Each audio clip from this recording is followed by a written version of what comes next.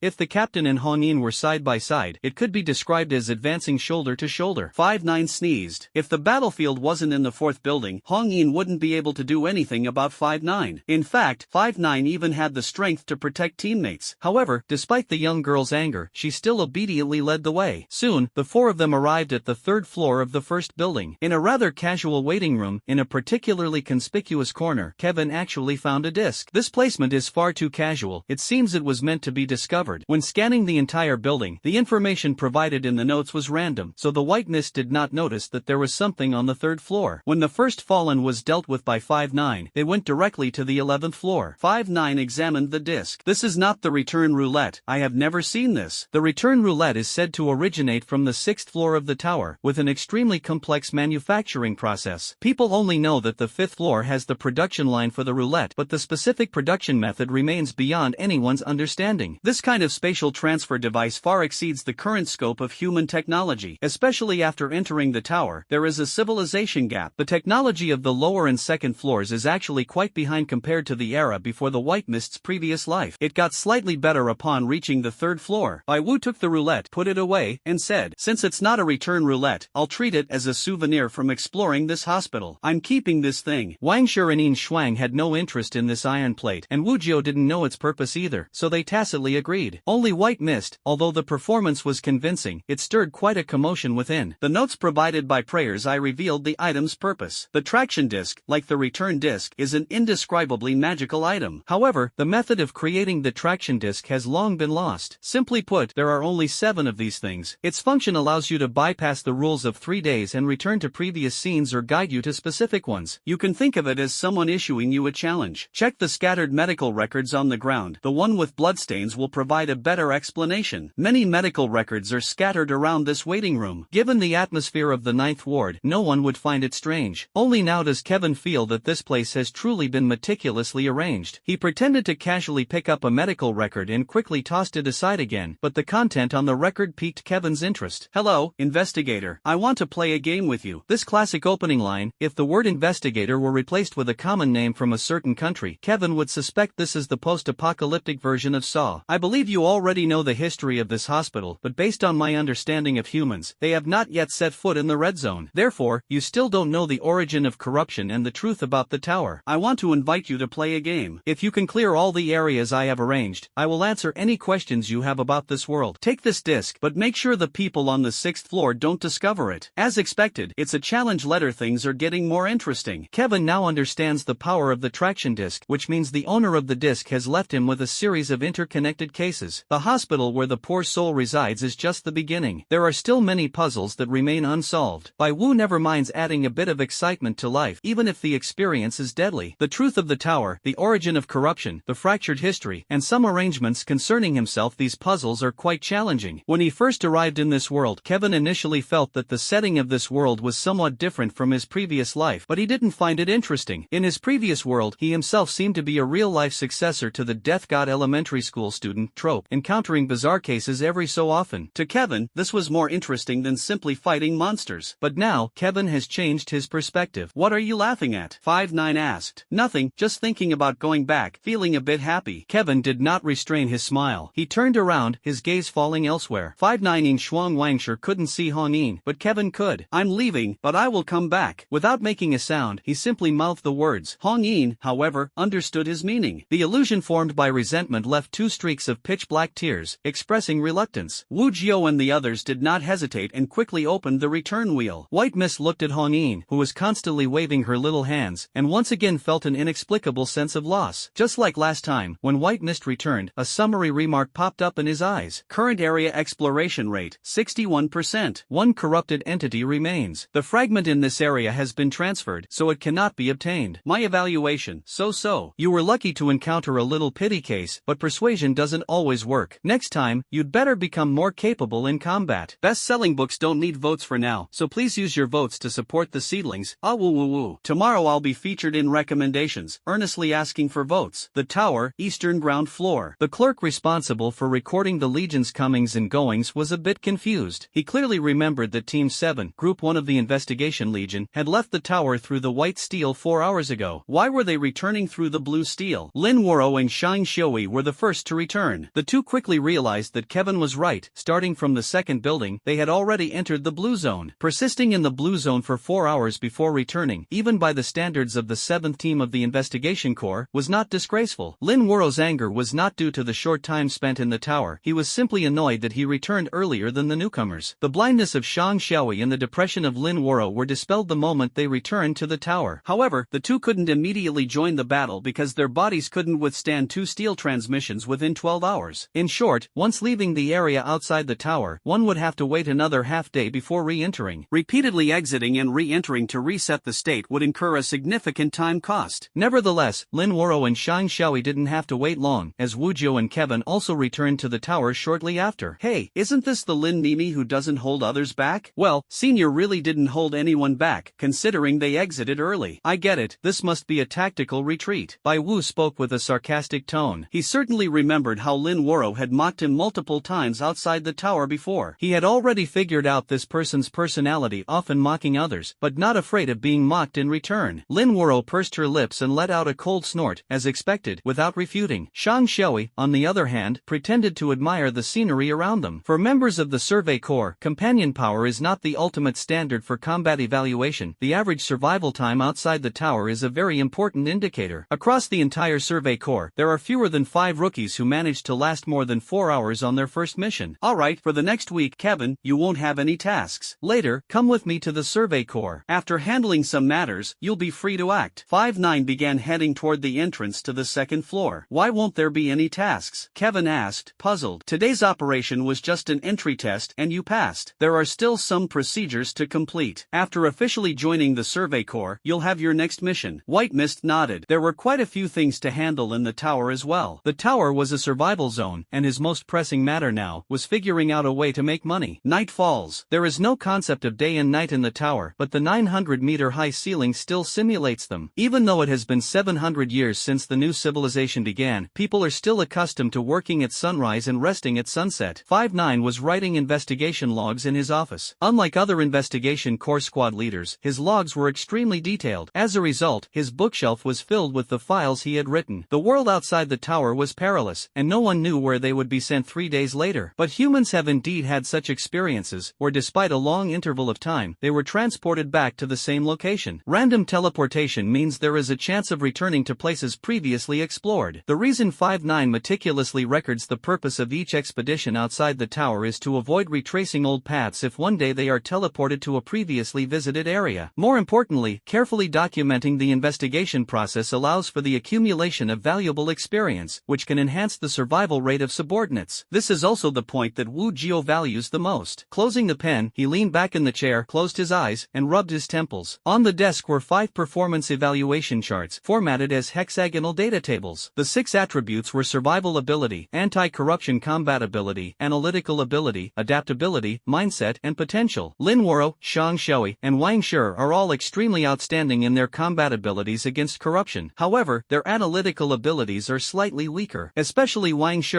who has excellent survival skills and decent adaptability, but almost no analytical ability. All 3 possess impressive combat skills and similar potential, but without Yin Shuang, they clearly wouldn't last long. Just recalling this tower exit investigation, Wu Jiu noticed that Yin Shuang hardly spoke, because all of Yin Shuang's tasks were taken over by a newcomer. Bai Wu's analysis chart is very strange. Adaptability, analytical ability, mindset, potential all maxed out, but combat ability and survival ability are close to 0. This is the first time 5-9 has given such an evaluation of a newcomer. He carefully recalled the teams he had followed and the soldiers he had trained, and was certain he had never encountered someone like Kevin. New recruits will eventually become veterans, and their strength will gradually accumulate through multiple excursions outside the tower. However, aspects of the mental realm are much harder to improve. White Mist's mindset is overly composed, to the extent that by only the second time outside the tower, his companion force had already reached Tier 1, Level 9. The improvement of companion force primarily depends on the time spent surviving outside the tower, but there is also a secondary factor, emotional fluctuations. The more composed a person's mindset, the faster their companion force improves. A 0 reading on the full-range emotional monitoring wristwatch indicates that if White Mist can maintain this state, he might cultivate a second Tier 8 expert within a few years. Thinking about the gamble not long ago when Kevin Kevin escaped, Wu Jiao instinctively felt that this was far from over. So he did two things. The first thing was that Wu Jiao destroyed Kevin's combat analysis report and rewrote it. The new version appeared much more mediocre compared to the previous one. The second thing was that he made a phone call. "Hello, Ghost Grindstone Agency." A clear female voice came through the phone. "It's me, Gu Qingyu. Oh, the famous ninth master. Get lost. Woo woo woo. When you need me, you call me baby, but when you don't, you tell me to get lost." Wu Jiao never wastes words with women. He has never called any woman baby. The Ghost Grinder Agency was a place he used to work at. As the name suggests, money makes the ghost grind, and the agency's motto is, "Pay me, and I can do anything. I have a long-term commission, help me protect someone." "You're in a relationship?" The voice on the other end of the phone suddenly rose by 8 degrees. "I'll send you his information later. He's one of my team members. Besides, his detection abilities are very strong, so your people had better stay sharp." "That's strange. Why isn't the investigation corps responsible for protecting people?" the girl asked, puzzled. "Because for this matter, the investigation corps isn't suitable." 5-9 didn't elaborate further. The woman on the other end of the phone also understood Wu Jiao's temperament and said, "Let's talk about the reward. Each time I leave the tower, I will bring you one item." "Deal." The woman didn't hesitate for a moment. Everyone wants to find members of the Survey Corps to take goods out of the tower, and many members of the Survey Corps make a living this way. As for some top experts, they have long been booked for countless goods. As for someone like 5-9, a top-tier player, there are even many nobles contacting him privately. But 5-9 rejected them all. So the woman on the other end of the phone was very curious who exactly was the person 5-9 was protecting this time. There's more later. The base of the tower, southern north corner. The most famous place in the southern west corner is the bargain port, but White Mist didn't go there. He went to the north corner, the talent market. Tass had little left, and he wanted to find a side job. Although the investigators of the Legion receive a monthly salary, this salary is only enough for food and drink. White Mist wanted to open certain channels to obtain some intelligence, such as information about the third and fourth layers, which would require spending quite a bit of money. The status of people at the bottom is very low, but the population base is huge, and there is never a shortage of opportunities here. The talent market is just such a place. Like the bargain hunting port, it is a hub of human activity filled with all kinds of signs, notices, and job seekers. Information from various companies alternates on billboards and outdoor screens. White Mist was examining various signboard information. Centaur Group is recruiting bodyguards, requiring companion force level 1 stage 6 or above. Generous benefits, full board included. Starting monthly salary of 700 tars, with 3 insurances and 1 fund. Level 1 stage 6. The requirements of many lower tier companies were lower than White Mist had imagined, but he quickly understood that civilian organizations couldn't compare to official military institutions. Level 1 companion force in the investigation corps was just for doing odd jobs. Moreover, the remarks quickly made Kevin give up on this company. A semi-illegal company specializing in debt collection, with no money to pay salaries. If you believe what they say, that short guy will definitely reassess your intelligence. After all, no sane boss would accept a bra as collateral for debt. Chosen One Training Conference. Are you still troubled by your inability to enhance your innate power? Are you still frustrated by repeated job rejections because your innate power doesn't meet the threshold? Join us. Dr. Wang, the survival master outside the tower, will personally guide you to become one of the chosen ones. No way, no way, no way someone would actually believe this kind of recruitment, right? This so-called survival master outside the tower is just a scammer. Haven't you ever been on Bilibili? Cloud gamers giving grand advice always act like this.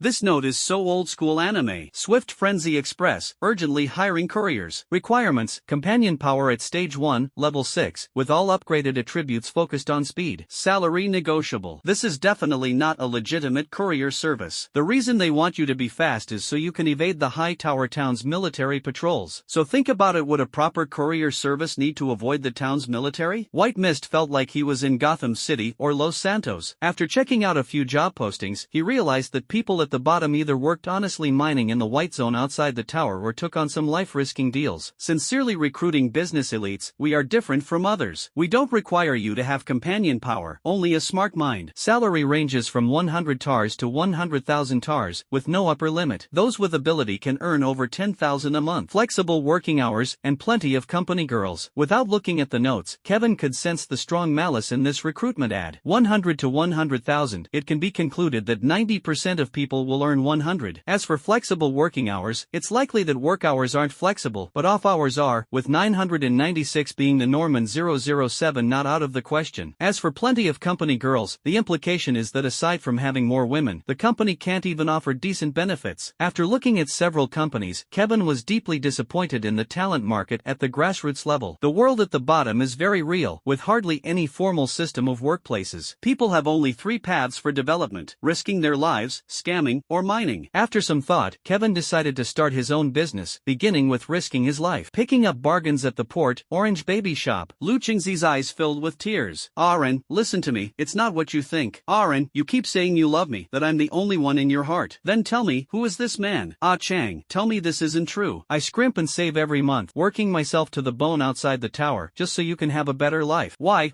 is this man saying he's your boyfriend? Why? Another man was on the verge of breaking down. Lu Qingzi clutched her chest, crying out in pain. Aren, Afon, I'm sorry, you're both so amazing. It's me who has wronged you, but I love you both. I love you both. I just didn't want to hurt you, so I kept it from you all this time. I don't want to part with either of you, you're both my wings. Aran, Afon, and Lu Qingzi stood in a triangular formation. White Mist stood outside the triangle, watching this heart-wrenching scene with a blank expression. Watching Lu Qingzi's downfall as a sea queen, he actually felt a bit like laughing. But White Mist quickly dismissed the thought. Shortly after Lu Qingzi proposed dating two men at the same time, claiming to deeply love them both, the two men expressed disappointment in her. The male ego drove them to leave. After Aren and Afon left, Lu Qingzi's expression changed in an instant. Humming a cheerful tune, she took out a small mirror and began touching up her makeup. Ah, Kevin, you arrived earlier than I expected. Although Kevin was skilled in many things, he still didn't understand much about matters between men and women. Looks like I made a fool of myself. So what's the situation here? Did things go wrong? No, it's just that these two people crossed the line, always thinking about taking things further with me. Seriously, if you're going to be a simp, just stick to it. Why insist on becoming official? Besides, I'm not into this style of fresh meat lately. So, I called both of them over and dealt with them together. Lu Qingzi was clearly in a great mood, as if the heart-wrenching moment earlier had never happened. Bai Wu nodded. Got it. This isn't a crash, it's vehicle recycling. By drawing inferences, he could probably guess that after a Rin and a Feng returned, Lu Qingzi would still act as if she loved them deeply, working tirelessly without complaint. The two men would either completely sever ties, which Lu Qingzi wouldn't care about, or accept even more shameless flattery, in which case Lu Qingzi would profit greatly. The note didn't lie to me, this person is basically the female version of Chenggu. Calling her Lu Qingzi is completely fitting. Little brother, what are you looking for me for? Don't mind how I acted just now, it's actually because I've recently started liking your type that I behave that way. You know, Lu Qingzi was quite candid in front of Kevin. During their last interaction, she had sensed that Kevin was very intelligent and indifferent to women. With someone like him, she felt less inclined to hide her true self. The camera has been possessed. Kevin got straight to the point. So soon? A look of surprise and delight appeared on her face as Lu Qingzi said, "Let me see. By the way, what is the spirit binding effect?" Bai Wu took out the camera, regretting that his rice cooker didn't have a spirit binding effect. Silently think of a specific time in your mind, then take a photo of a certain scene, and you'll capture what happened in that scene at that time. Lu Qingzi went from surprise to shock. Really? You're not lying to me? You're really not lying to me? If what Kevin said is true, then although this camera didn't manifest the ability she originally expected, it is undoubtedly even more valuable. Lu Qingzi knows quite a few secrets, and she also knows the time when those secrets came into being. Thinking of this, she became so excited that she trembled slightly. Bai Wu smirked, knowing that no one in this world could freeload off him. Let's talk about the reward first. After asking for votes, my daily push doubled instantly. Thank you, everyone. I hope this momentum lasts until the end of the new book period. Cheers. Reward? What kind of reward do you want? No matter what reward the other party wants, bargain first, Lu Qingzi immediately said. Brother Kevin, I'm a girl. Can you make it cheaper? Or just give it to me, and I'll remember your kindness. This reminded Kevin of a joke from the second-hand market on Xianyu in his previous life, where someone claimed to be a girl and asked for a 4000 Alienware laptop to be sold for 800. Bai Wu said indifferently, I don't like girls. Girls have to pay extra. If you can pull out something on the spot, I'll give you a 50% discount. Lu Qingzi decided to put up a bit of resistance and straightened her chest. Girls always love to deceive themselves, thinking the way they look in beauty camera apps is their true appearance, and that a big bra equals a big chest. But we all know the truth can't withstand scrutiny. It turned out to be a hollow sphere. White Mist calmly looked at Lu Qingzi. Unconsciously, Lu Qingzi felt a bit intimidated. She couldn't do anything about White Mist and said dejectedly, I want to inspect the goods first. White Mist handed the camera to Lu Qingzi and said, do as you please. Remove the year, month, day, hour, minute, and second, and just silently recite the numbers. Lu Qingzi fiddled with the camera, silently reciting the numbers from about 10 minutes ago. She was quite eager to see the startled expression when the two wings confronted each other. Bai Wu looked at the spot where Lu Qingzi was taking photos and roughly guessed what she wanted to capture. This girl could be considered an outright scoundrel, a scoundrel with no pretense. pretense. Aren't you afraid of one day really messing up? Kevin suddenly blurted out. Lu Qingzi certainly knew she was a bit of a scoundrel, but strangely, Kevin also seemed to know she was a scoundrel, as if some process in between was missing. However, she was quite candid about it. I just want more cuties to experience the sweetness of love. What did I do wrong? Such a good point, there's no way to argue with it. Click. The camera flashed, and the photo slowly slid out. Looking at the angry, surprised, and incredulous expressions of the two men, Lu Qingzi said with a cheeky smile, "Ah, it really works. I've hit the jackpot. I've hit the jackpot." Lu Qingzi trembled with excitement. Doesn't this mean that if I keep taking pictures, I can uncover history? She silently recited a string of numbers again, wanting to test the camera's limits, and recited a time from 700 years ago. Bai Wu was momentarily stunned, unable to react immediately. That's right, the camera could be used like this. As long as you keep taking photos, one by one, can't you piece together history like a puzzle? This is obviously a foolish act comparable to Jingwei filling the sea, but it gave Kevin some inspiration.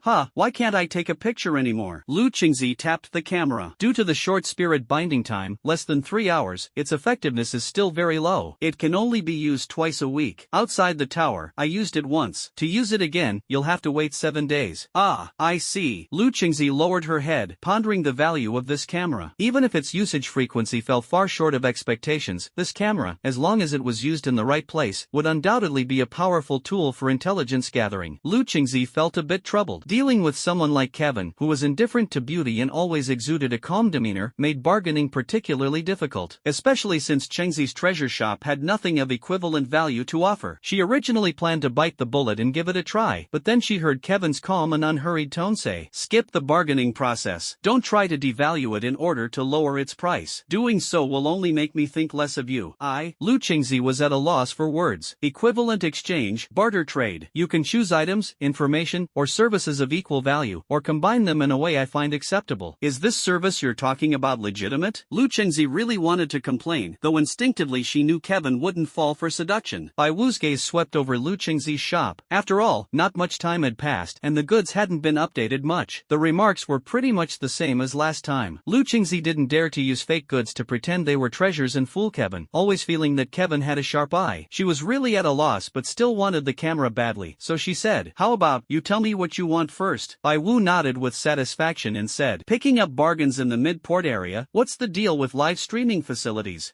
Lu Qingzi didn't expect Kevin to switch topics so abruptly. Live streaming sales, apparently it's been around since the pre-tower era. Ordinary people really go for it. The more reputable someone is, the more they can attract people in this line of work. Celebrity effect. You know, it's been around forever. But with your insight, you must have noticed, those are scams, right? The Survey Corps' combat uniform, in a way, is also a high-tech item from the third layer, capable of providing some degree of thermal insulation. Clearly different from the low-quality cosplay costumes in the live stream room. Kevin shook his head and said, "I know that's fake. What I want to ask is, does this thing exist because it was fake from the start, or has something like live streaming outside the tower actually happened before?" Lu Qingzi was very smart and understood Kevin's true meaning. "Are you interested in live streaming? If I'm not mistaken, these live streams can't be fake every time, because people aren't that foolish. There must be a few real ones mixed in, otherwise, it wouldn't last long. I want to learn some data. Does this count as information that offsets part of the camera's price?" "It does. First, tell me some details about the real live streams." Lu Qingzi became interested. "Well, you've definitely asked the right person. Come, let's sit and chat." She happily brought over a small stool, as excited as a bystander who just got some juicy gossip. As soon as Kevin sat down, she started chattering away about some of the unspoken rules of the lower levels. Most people living at the bottom rely on the protection of the Survey Corps to leave the tower and gather mineral resources and blue-line grass in the white zones. Although they leave the tower daily, most of them have a very limited understanding of the outside world. Because the members of the Survey Corps eliminate corrupted beings in certain areas beforehand, very few people have actually seen them. People fear the corrupted beings, but you might not imagine that they also long to see them. There's nothing unimaginable about that. When the white mist arrived in this world, the first group of people it faced were such individuals. Those nobles from the third and fourth tiers sent the lower class people outside the tower for gambling, just to witness the scene of corrupted beings devouring humans. David Fincher once said that he firmly believes everyone has a pervert living inside them, and this is also the source of his creative inspiration, Kevin said. Lu Qingzi didn't know who David Fincher was, but she thought about it and decided that if she were a pervert, she would definitely be a love-obsessed pervert. In any case, people really enjoy seeing what happens outside the tower. They like watching bloody and thrilling things, and they yearn to understand the vast world beyond the tower. The tower is enormous, but compared to the expansive territories of humanity before the tower era, the tower is quite small. For all those who dare not leave the tower, the outside world is like a mythical land. Whether rich or poor, noble or commoner, everyone is curious about what happens outside the tower. But if you ask them to venture outside, they absolutely wouldn't dare. White Mist understood that immense sensory demand creates immense market demand, and humans have never minded taking risks. Why not look for the Survey Corps? Because in the Survey Corps, only the commander and the 16 squad leaders can initiate a request to leave the tower. No one else can leave the tower. It is quite reasonable. The Survey Corps is the ruler's weapon, and no one wants their blade to be borrowed by those merchants. In a way, this is also about maintaining order. If the official army turns into a private army, it's likely that the various forces in the tower will undergo a reshuffle. However, Kevin naturally doesn't have much goodwill toward these celestial dragons on the 3rd, 4th, and 5th levels. He secretly pondered, during the free activity period, I just need to conceal my identity. A crime that goes unnoticed isn't a crime, and an unnoticed old Wang is still a good neighbor. Anyway, because there were so many people curious about the outside world, this profession was brought to light under great anticipation. To solve the problem of not being able to use technological items outside the tower, people tried various methods to find a way to broadcast. Of course, the method is actually just one: item spirit binding. That's right, only spirit-bound items can be used outside the tower. This process is said to be quite lengthy. People brought many items out of the tower, but almost none had image recording capabilities. Even if they did, they couldn't achieve live broadcasting effects. About 7 years later, a certain tycoon, after spending a large fortune and hiring people to carry various items outside the tower, finally managed to spirit bind a pair of handcuffs. These handcuffs, on the surface, are handcuffs. Actually, it's a monitor, right? Wow, you're so smart. Bai Wu smiled, thinking to himself that he had destroyed a treasure back then. He then asked, why doesn't the Survey Corps use such a good thing? And since spirit attachment is purely based on luck, how does that merchant ensure the subsequent handcuffs can also attach spirits? I can't guarantee it, but during that spirit binding incident, the person who came out of the tower brought more than one pair of handcuffs. Because everyone thought this way, since the probability of spirit binding a single item is very low, why not bring a bunch of items? Lu Qingzi paused for a moment and continued. And guess what happened? 13 pairs of handcuffs, all of them were spirit bound, and they all had the same ability. This phenomenon is called spirit binding diffusion. It's like how some people are skilled at using dual blades. When the weapons are spirit bound, both blades get spirit bound. However, the phenomenon of spirit binding diffusion is very rare. Bai Wu roughly understood. At the moment of spirit binding, there is a certain chance that similar items will also be spirit bound, but this probability is quite mysterious. So later, there was a handcuff monitor that could strangely connect to the display inside the tower? Yes, as for why the Survey Corps doesn't use this thing, it's because they can't buy it. That tycoon never intended to sell the handcuffs. If you were the only one in the world who could livestream, and someone wanted to buy your livestream equipment, naturally, you wouldn't sell it. The profits from a monopoly are unimaginably large. But all of this has a prerequisite: you must have the strength to establish a monopoly. It seems this tycoon has an extraordinary status. That's right, the Survey Corps members dare not offend him openly. Some speculate he might be from the 5th layer, the ruler's tier. What Kevin was contemplating was far more complex than Lu Chengzi's thoughts. After all, Lu Chengzi had no idea that Kevin had worn those handcuffs not long ago. His mind raced, and he unconsciously furrowed his brows. It seems I underestimated this gamble. The attitude displayed by Wu Jiu towards the gamble earlier is enough to prove that the organizer of this gamble is no ordinary person. So who exactly tipped off the investigation corps to come and get me? It's certain that the other party's status starts at nobility. But who would offend this gambling boss for the sake of a beggar? Moreover, this boss is quite influential. If my identity is exposed, can 5-9 protect me? If I were to do a live broadcast outside the tower, would it attract the attention of those involved in the betting? White Mist continued to ask. So for a real live broadcast, must we contact that tycoon? Has his business also infiltrated the lower levels? Do you have any way to get live broadcast equipment? The wealthier a person is, the more they understand the immense value of the labor force at the bottom. That tycoon's business naturally wouldn't be limited to the upper 3 tiers. Actually, I can get in touch.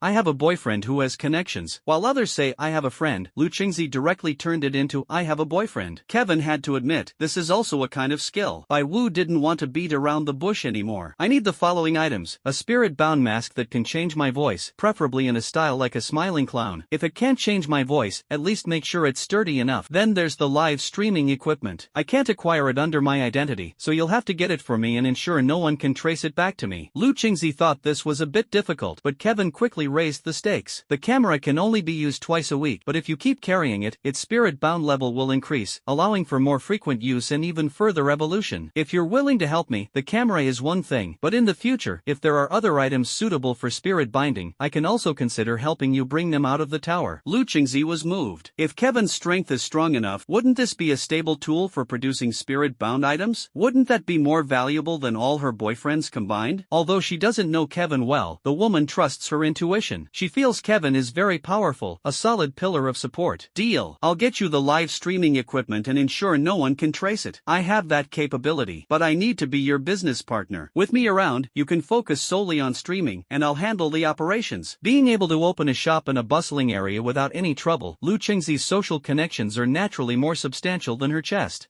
Kevin had no objections. Live streaming requires someone to create hype, and Lu Qingzi is indeed very suitable. What's the fastest timeline? Are you in a hurry? It will probably take 3 days. It's actually much faster than expected. After discussing some details with Lu Qingzi, Kevin left the Orange Baby shop. After returning to his residence, he examined the guiding wheel, pondering whether the next place to explore should be the area arranged by that challenger or a randomly chosen area. While Kevin was planning activities outside the tower, he didn't expect Wu Jiu to assign him something else. Knock, knock, knock. The door was knocked, and a woman's voice came from outside. Kevin, it's me, Yun Shu from the interrogation team. The captain sent me to find you. Interrogation team? White Mist roughly guessed the purpose. The interrogation team is responsible for interrogating prisoners, gathering some intelligence from the lower levels, and also investigating some cases in the lower levels. Could it be that they've encountered a case? Thinking about the style of those iconic notices in the lower levels, it's not surprising to White Mist that a crime occurred in this place. However, he had never tried solving a case using Prayer's Eye before. Would it feel like cheating? Thank you all again for your support, but during the new book period, I really need recommendation votes. I absolutely won't ask for this after it's launched, so please don't find me annoying. This is a 70,000 word seedling, so please water it generously. Thank you. Unlike ordinary members of the Survey Corps, Yun Shu was dressed in professional attire. Sometimes, when Kevin looked at the attire of some relatively affluent people at the lower levels, he would feel as if this wasn't another world, but rather what his original world might look like 700 years later. In the interrogation room the day before, Yun Shu and Xue Xi became fans of Kevin. Yun Shu glanced around Kevin's room and found that although it was simple, various items were neatly arranged, with the most conspicuous being a rice cooker. This could be considered a rare item. Get to the point. Well, the captain asked us to find you, saying he was worried you might be too idle, so he wanted to assign you some tasks. And coincidentally, our team leader thinks you're very capable. So, Yun Shu felt a bit embarrassed, but these were exactly the words 5-9 had asked her to convey. Kevin raised an eyebrow. Yesterday, 5-9 had said to give him a 7-day break, but today they were already arranging for him to help the interrogation team with tasks. He thought for a moment and guessed what Wu Jiu meant. After all, the interrogation team was within the second layer of the investigation core, which was relatively safe. When he returned yesterday, Kevin already felt that someone was watching him. He quickly identified the target, but the feedback from the notes indicated that the person was from a shorty old flame organization. He speculated that it was probably the captain who sent someone to protect him. So, it seems the gambling house has already started taking action? Kevin nodded slightly. Let's go, take me to the interrogation team. I happen to have nothing to do for the next 2 days. Yun Shu felt even more embarrassed, lowered her head, and said, well,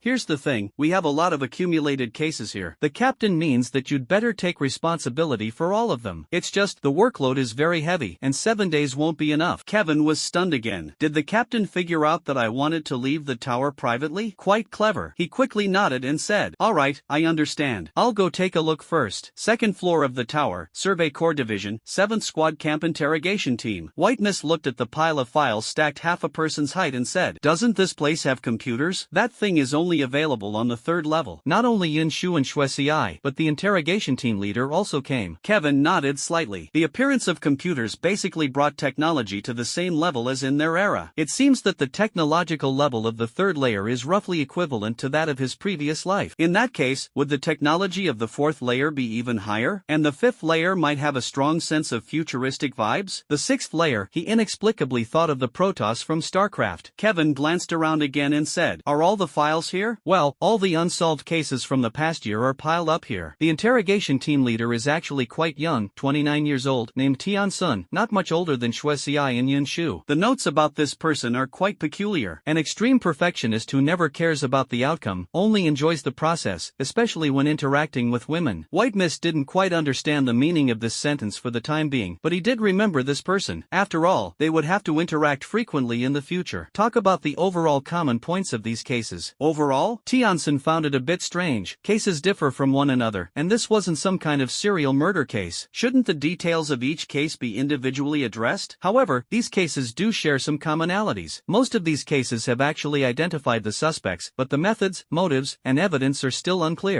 You know, at the grassroots level, many times the locals don't cooperate with you, and you simply can't gather evidence. White Mist was slightly surprised. This could save him quite a bit of effort. However, he was very curious about one thing. So, does that mean with so many cases piled up, you've investigated every single one, and all of them have reached the evidence collection stage? Is the interrogation team really this diligent? He suddenly had some understanding of the note describing them as extreme perfectionists who focus on the process. But Tianson shook his head and said, "We do follow up on every case. You have to understand, there are cases every day in the lower levels. 16 squads, each squad's interrogation team is incredibly busy. Honestly, there are some cases we really don't want to handle, but what can we do when we have a boss like this?" 5-9? I mean, the captain? Yes, the captain cares a lot about these issues. The lower levels are chaotic, but precisely because of this, the captain hopes we can do something to make the people in the lower levels understand that they haven't been abandoned, that they aren't just living as labor tools. Tian Sun's words were quite calm. Even Shuexi and Yin Shu didn't react, as after a few years of working together, they had already grown accustomed to having an exceptional boss. But Kevin was very surprised. In his previous life, he had encountered these people willing to stand up for the people, and many police officers upheld justice as their creed. But this life is different. This is the apocalypse. It's hard to imagine that in a world full of fraud and violence, where the masses survive on the fleeting illusions brought by live streaming, someone would try to change it. It seems that Wu Jiao isn't that short after all. Does your interrogation team have the authority for temporary arrests of the prime suspects in these cases? Yes, although our status isn't as high as the Tower Town garrison, the higher-ups have granted us considerable authority. At least when dealing with commoners, we can make direct arrests and have 7 days to gather evidence. Even if we arrest the wrong person, as long as we release them after 7 days, the higher-ups won't interfere. Kevin shook his head slightly. This is not the higher-ups trusting your survey corps, this is the people above, showing contempt for the human rights of the lower-class citizens. What Wu Jiao wants to change is very difficult. Then bring in all the suspects involved in the cases. If there aren't enough people in the interrogation team, call in members from other interrogation teams. Tian Xin, Shuexi, and Yun Shu thought they had misheard. What are you talking about? Everything. Is there a problem? This involves over 100 people. Can you handle it? If it still has to be like the previous life, investigating, collecting evidence, exploring, interrogating, judging, and closing the case, these processes would be too troublesome. 7 days wouldn't be nearly enough time. But with the Eye of Prayer, this is unnecessary. Solving cases in the previous life was like falling in love, especially cold cases. The process felt like first love, secret crush, confession, quarrel, breakup, reconciliation, quarrel, breakup. The journey to a home run was tortuous and complex. But in this life, solving cases is probably like, "Hello sir, I'm technician number 8, happy to serve you." When I was outside the tower, neither the captain nor that little sissy Lin Wuro would question my words. Tian Sun and the other two were stunned again. They had dealt with Lin Wuro before. This person was best at mocking others and was particularly unfriendly to newcomers. If this could be handled, then they really shouldn't doubt Kevin. He was just very curious what exactly was Kevin planning to do. This guy hadn't even glanced at the dossier yet. Do as I say, quickly. Done. The 3 members of the interrogation team left in a hurry and began contacting other team members to handle the suspect's arrest. At this moment, Kevin was sitting at the table, starting to go through those case files. Wu Jiao believed that with so many cases, Kevin wouldn't be able to solve them all within 7 days. However, Kevin's concern wasn't about failing to solve them, but rather how to explain solving them too quickly. 4 hours later, dozens of prisoners from the lower levels filled the interrogation room. The branch structure of the investigation corps is divided into a training camp and a logistics area. The interrogation teams of each squad are actually close to each other, all located in the logistics area. So once one interrogation team makes a big move, the other teams will quickly follow suit. Outside the interrogation room of the 7th squad, a group of suspects is lined up. Lu Mu, who had just completed a mission, looked at the scene, unsure of what the 7th squad's interrogation team was up to. What is this about? Lu Mu happened to see Tian Sun outside the line. Handling a case, the boss asked for an explanation. Tian Sun gave a wry smile. What's going on? Was there a large-scale brawl on the lower levels? Lu Mu looked at the people in the line. It didn't quite seem like it. Young people, middle-aged people, men, women, and even some disabled individuals. This group fight sure involved a wide range of people. Tian Sun actually didn't know what Kevin was up to, so he he pondered and said, "No, these are suspects from previously accumulated cases, all summoned here. I guess, it seems like they're trying to resolve all the cases at once? Resolve them all at once? Ridiculous. Wu Jiao handling cases? That kid must be bored." Lumu shook his head and returned to the 7th squad, treating it as a joke. As the team leader, they are not only required to leave the tower but also need to regularly visit the interrogation group to see what has been happening at the lower levels. Tian Sun looked around. Wow, it seemed the interrogation group had never been this lively before. Colleagues from other squads were all curious about what was going on. In the interrogation room, Kevin began interrogating the suspects one by one. Although Yin Shu and Xue Xi knew Kevin was skilled at counter-interrogation, they didn't have high hopes for him, because these criminals had already undergone one interrogation and were repeat offenders. However, Kevin did not allow anyone to sit in on the interrogation. Yin Shu and Xue Xi were just waiting outside, unaware of the interrogation process. The interrogation room of the investigation corps has surveillance footage, but the content of the interrogation cannot be heard. Tian Sun, Xue Xi, and Yin Shu all watched the footage, curious about what Kevin was planning to do. It looks like they're talking. I have some impression of this prisoner. Speaking of which, it's quite strange. This woman, well, she's too refined to seem like someone from the lower class. Tian Sun remembers this was a murder case. The deceased was the suspect's husband. Both of them were from the lower class, but the woman seemed very refined, as if she came from the 3rd tier. Under Wu Jiao's investigation, it was discovered that the woman had an affair with another man and did not have a good relationship with her husband. How should I put it? It was like a simp who went to great lengths to win over a goddess, even got married, but their relationship was in name only. So Wu Jiao was very suspicious of this woman, but couldn't find any evidence. Inside the interrogation room, the first time Kevin looked at the woman, he confirmed one thing. The notes provided by the Eye of Prayer would at least adjust according to the situation. For example, the last time he saw Yin Shu and Xue Xi, the notes mentioned a strange yet stable love triangle. This time when he saw Yin Shu, the notes had changed to a dispensable little fangirl who can run errands,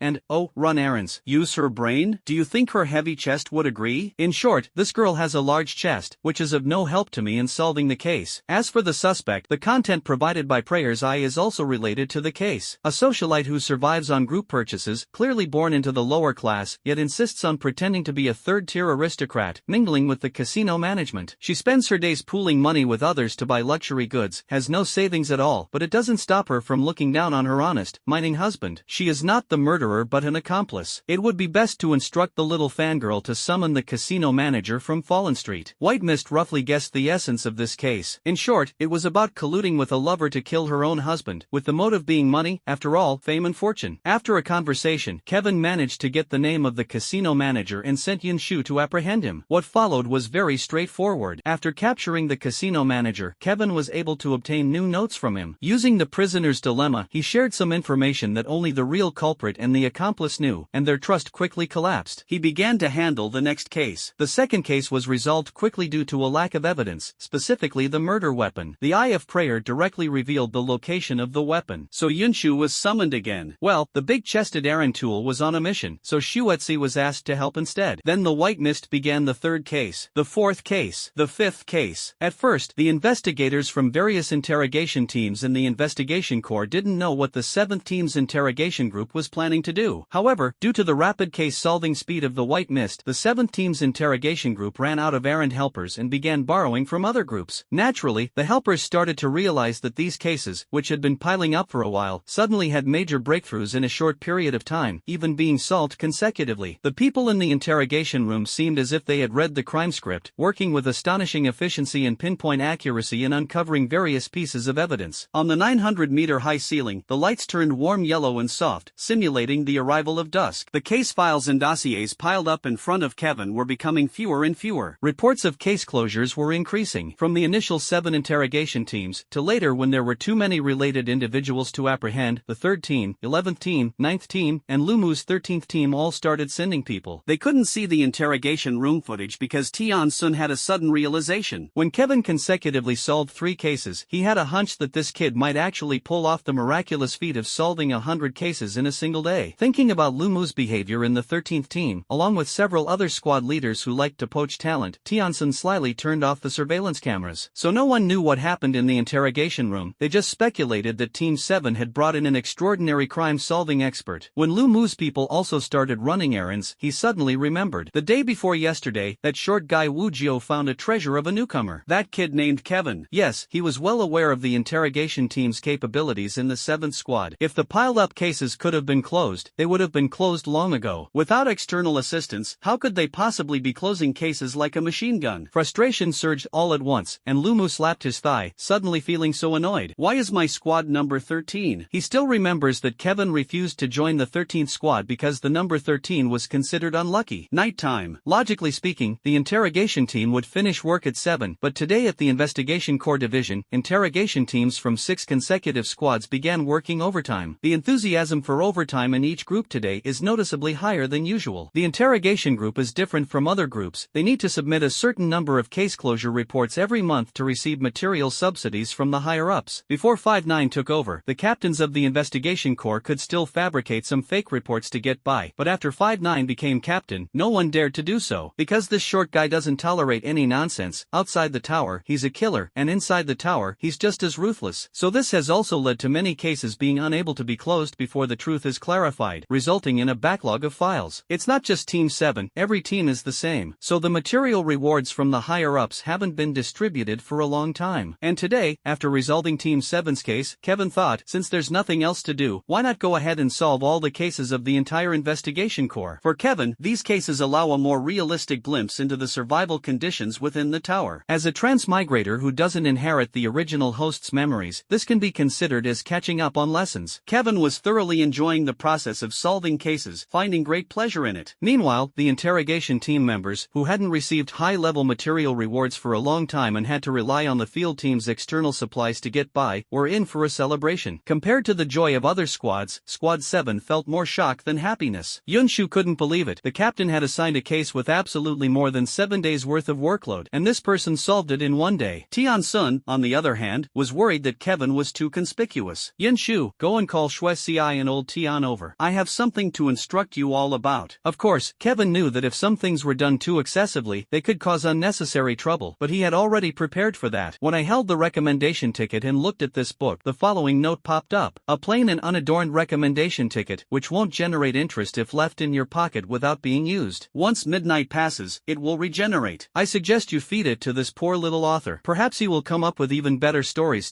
There were no suspects being summoned in the interrogation room for the time being. Shui Si and Yin Shu, both young people, were in awe. One admired Kevin's seemingly divine assistance in solving the case today, while the other marveled at Kevin's talent. Only old Tian seemed a bit worried. Go ahead, what's the matter? We have enough manpower right now. Honestly, these cases have been piling up for a long time. Justice delayed is still justice. 1 or 2 days won't make a difference, Tiansun said. White Mist smiled, as he understood Tiansun's thoughts, but many times, it is due to helpless circumstances that justice is delayed. Some might say that delayed justice is not justice. Whether this statement is right or wrong is not up for debate now, but within his capabilities, White Mist hopes to bring the truth to light as soon as possible. However, the reason he summoned the 3 was to instruct them on other matters. It's fine, the sooner we resolve it, the sooner we can move freely. As for today's matter, I called everyone in mainly to remind you of a few things. I'll get straight to the point. I don't possess any talent for solving cases, I just happen to be relatively skilled at interrogation. As an unofficial member of the interrogation team, team leader Tian happened to give me an opportunity to practice. Do you understand? Tiansun understood Kevin's meaning and said with difficulty, given the current situation, even if you say you lack talent, no one would believe you. After interrogating the prisoner, I will tell you the details of the case and expand the file. Details? Yes, some details that can prove these cases were solved long ago. After pondering briefly, Tiansun somewhat understood. You mean, since no one has looked at our case files anyway, and neither the prisoners nor our peers know how we suddenly found the evidence, we can supplement the case-solving process ourselves in a reasonable direction, right? Yes, as long as we can provide a sufficiently reasonable and detailed case-solving process for each case, it will look like these cases weren't solved by me alone, but rather the result of everyone's collective effort over time. It's like turning 1 plus 99 into 100 ones added together. Tiansun stroked his chin and lowered his head. So these cases were actually solved long ago, but only officially closed today. We just need to fill in all the details of the case-solving process and the progress of the clues. By then, even if someone asks, we can present the files and respond fluently. In short, it's about knowing the outcome of the case first and then filling in the process of solving it yourself. As for Kevin, he is merely a tool used to verify the crime process in the end. Tiansun pondered for a moment. As long as one is meticulous and leaves no gaps, it can indeed be done. After all, most of the investigation corps have experienced life and death together, especially within the interrogation team, which is very harmonious, making cooperation easier. But he had a doubt. But the reason for doing this, Why must we wait until all the cases are solved before closing them all at once? That doesn't make sense. If a case remains unsolved, why insist on waiting until all the cases pile up and are solved together before closing them all at once? Isn't this clearly delaying the progress of solving cases? To draw the attention of the higher-ups. What do you mean? Tian Sun was confused. The words I'm about to say only represent my personal opinion. I don't have much goodwill toward the upper three levels, and over the past couple of days, I've roughly understood the lower level a place filled with crime everywhere. As long as the people above don't take it seriously, the people below will continue committing crimes. Everything should be analyzed both macroscopically and microscopically. Microscopically, criminals commit crimes due to their own moral corruption or various life details driving them mad. Macroscopically, we need to consider what kind of societal environment leads them to commit crimes repeatedly. The latter isn't something small figures like us in the interrogation team can influence. To change this environment, there must be support from upper-level policies. After Kevin finished speaking,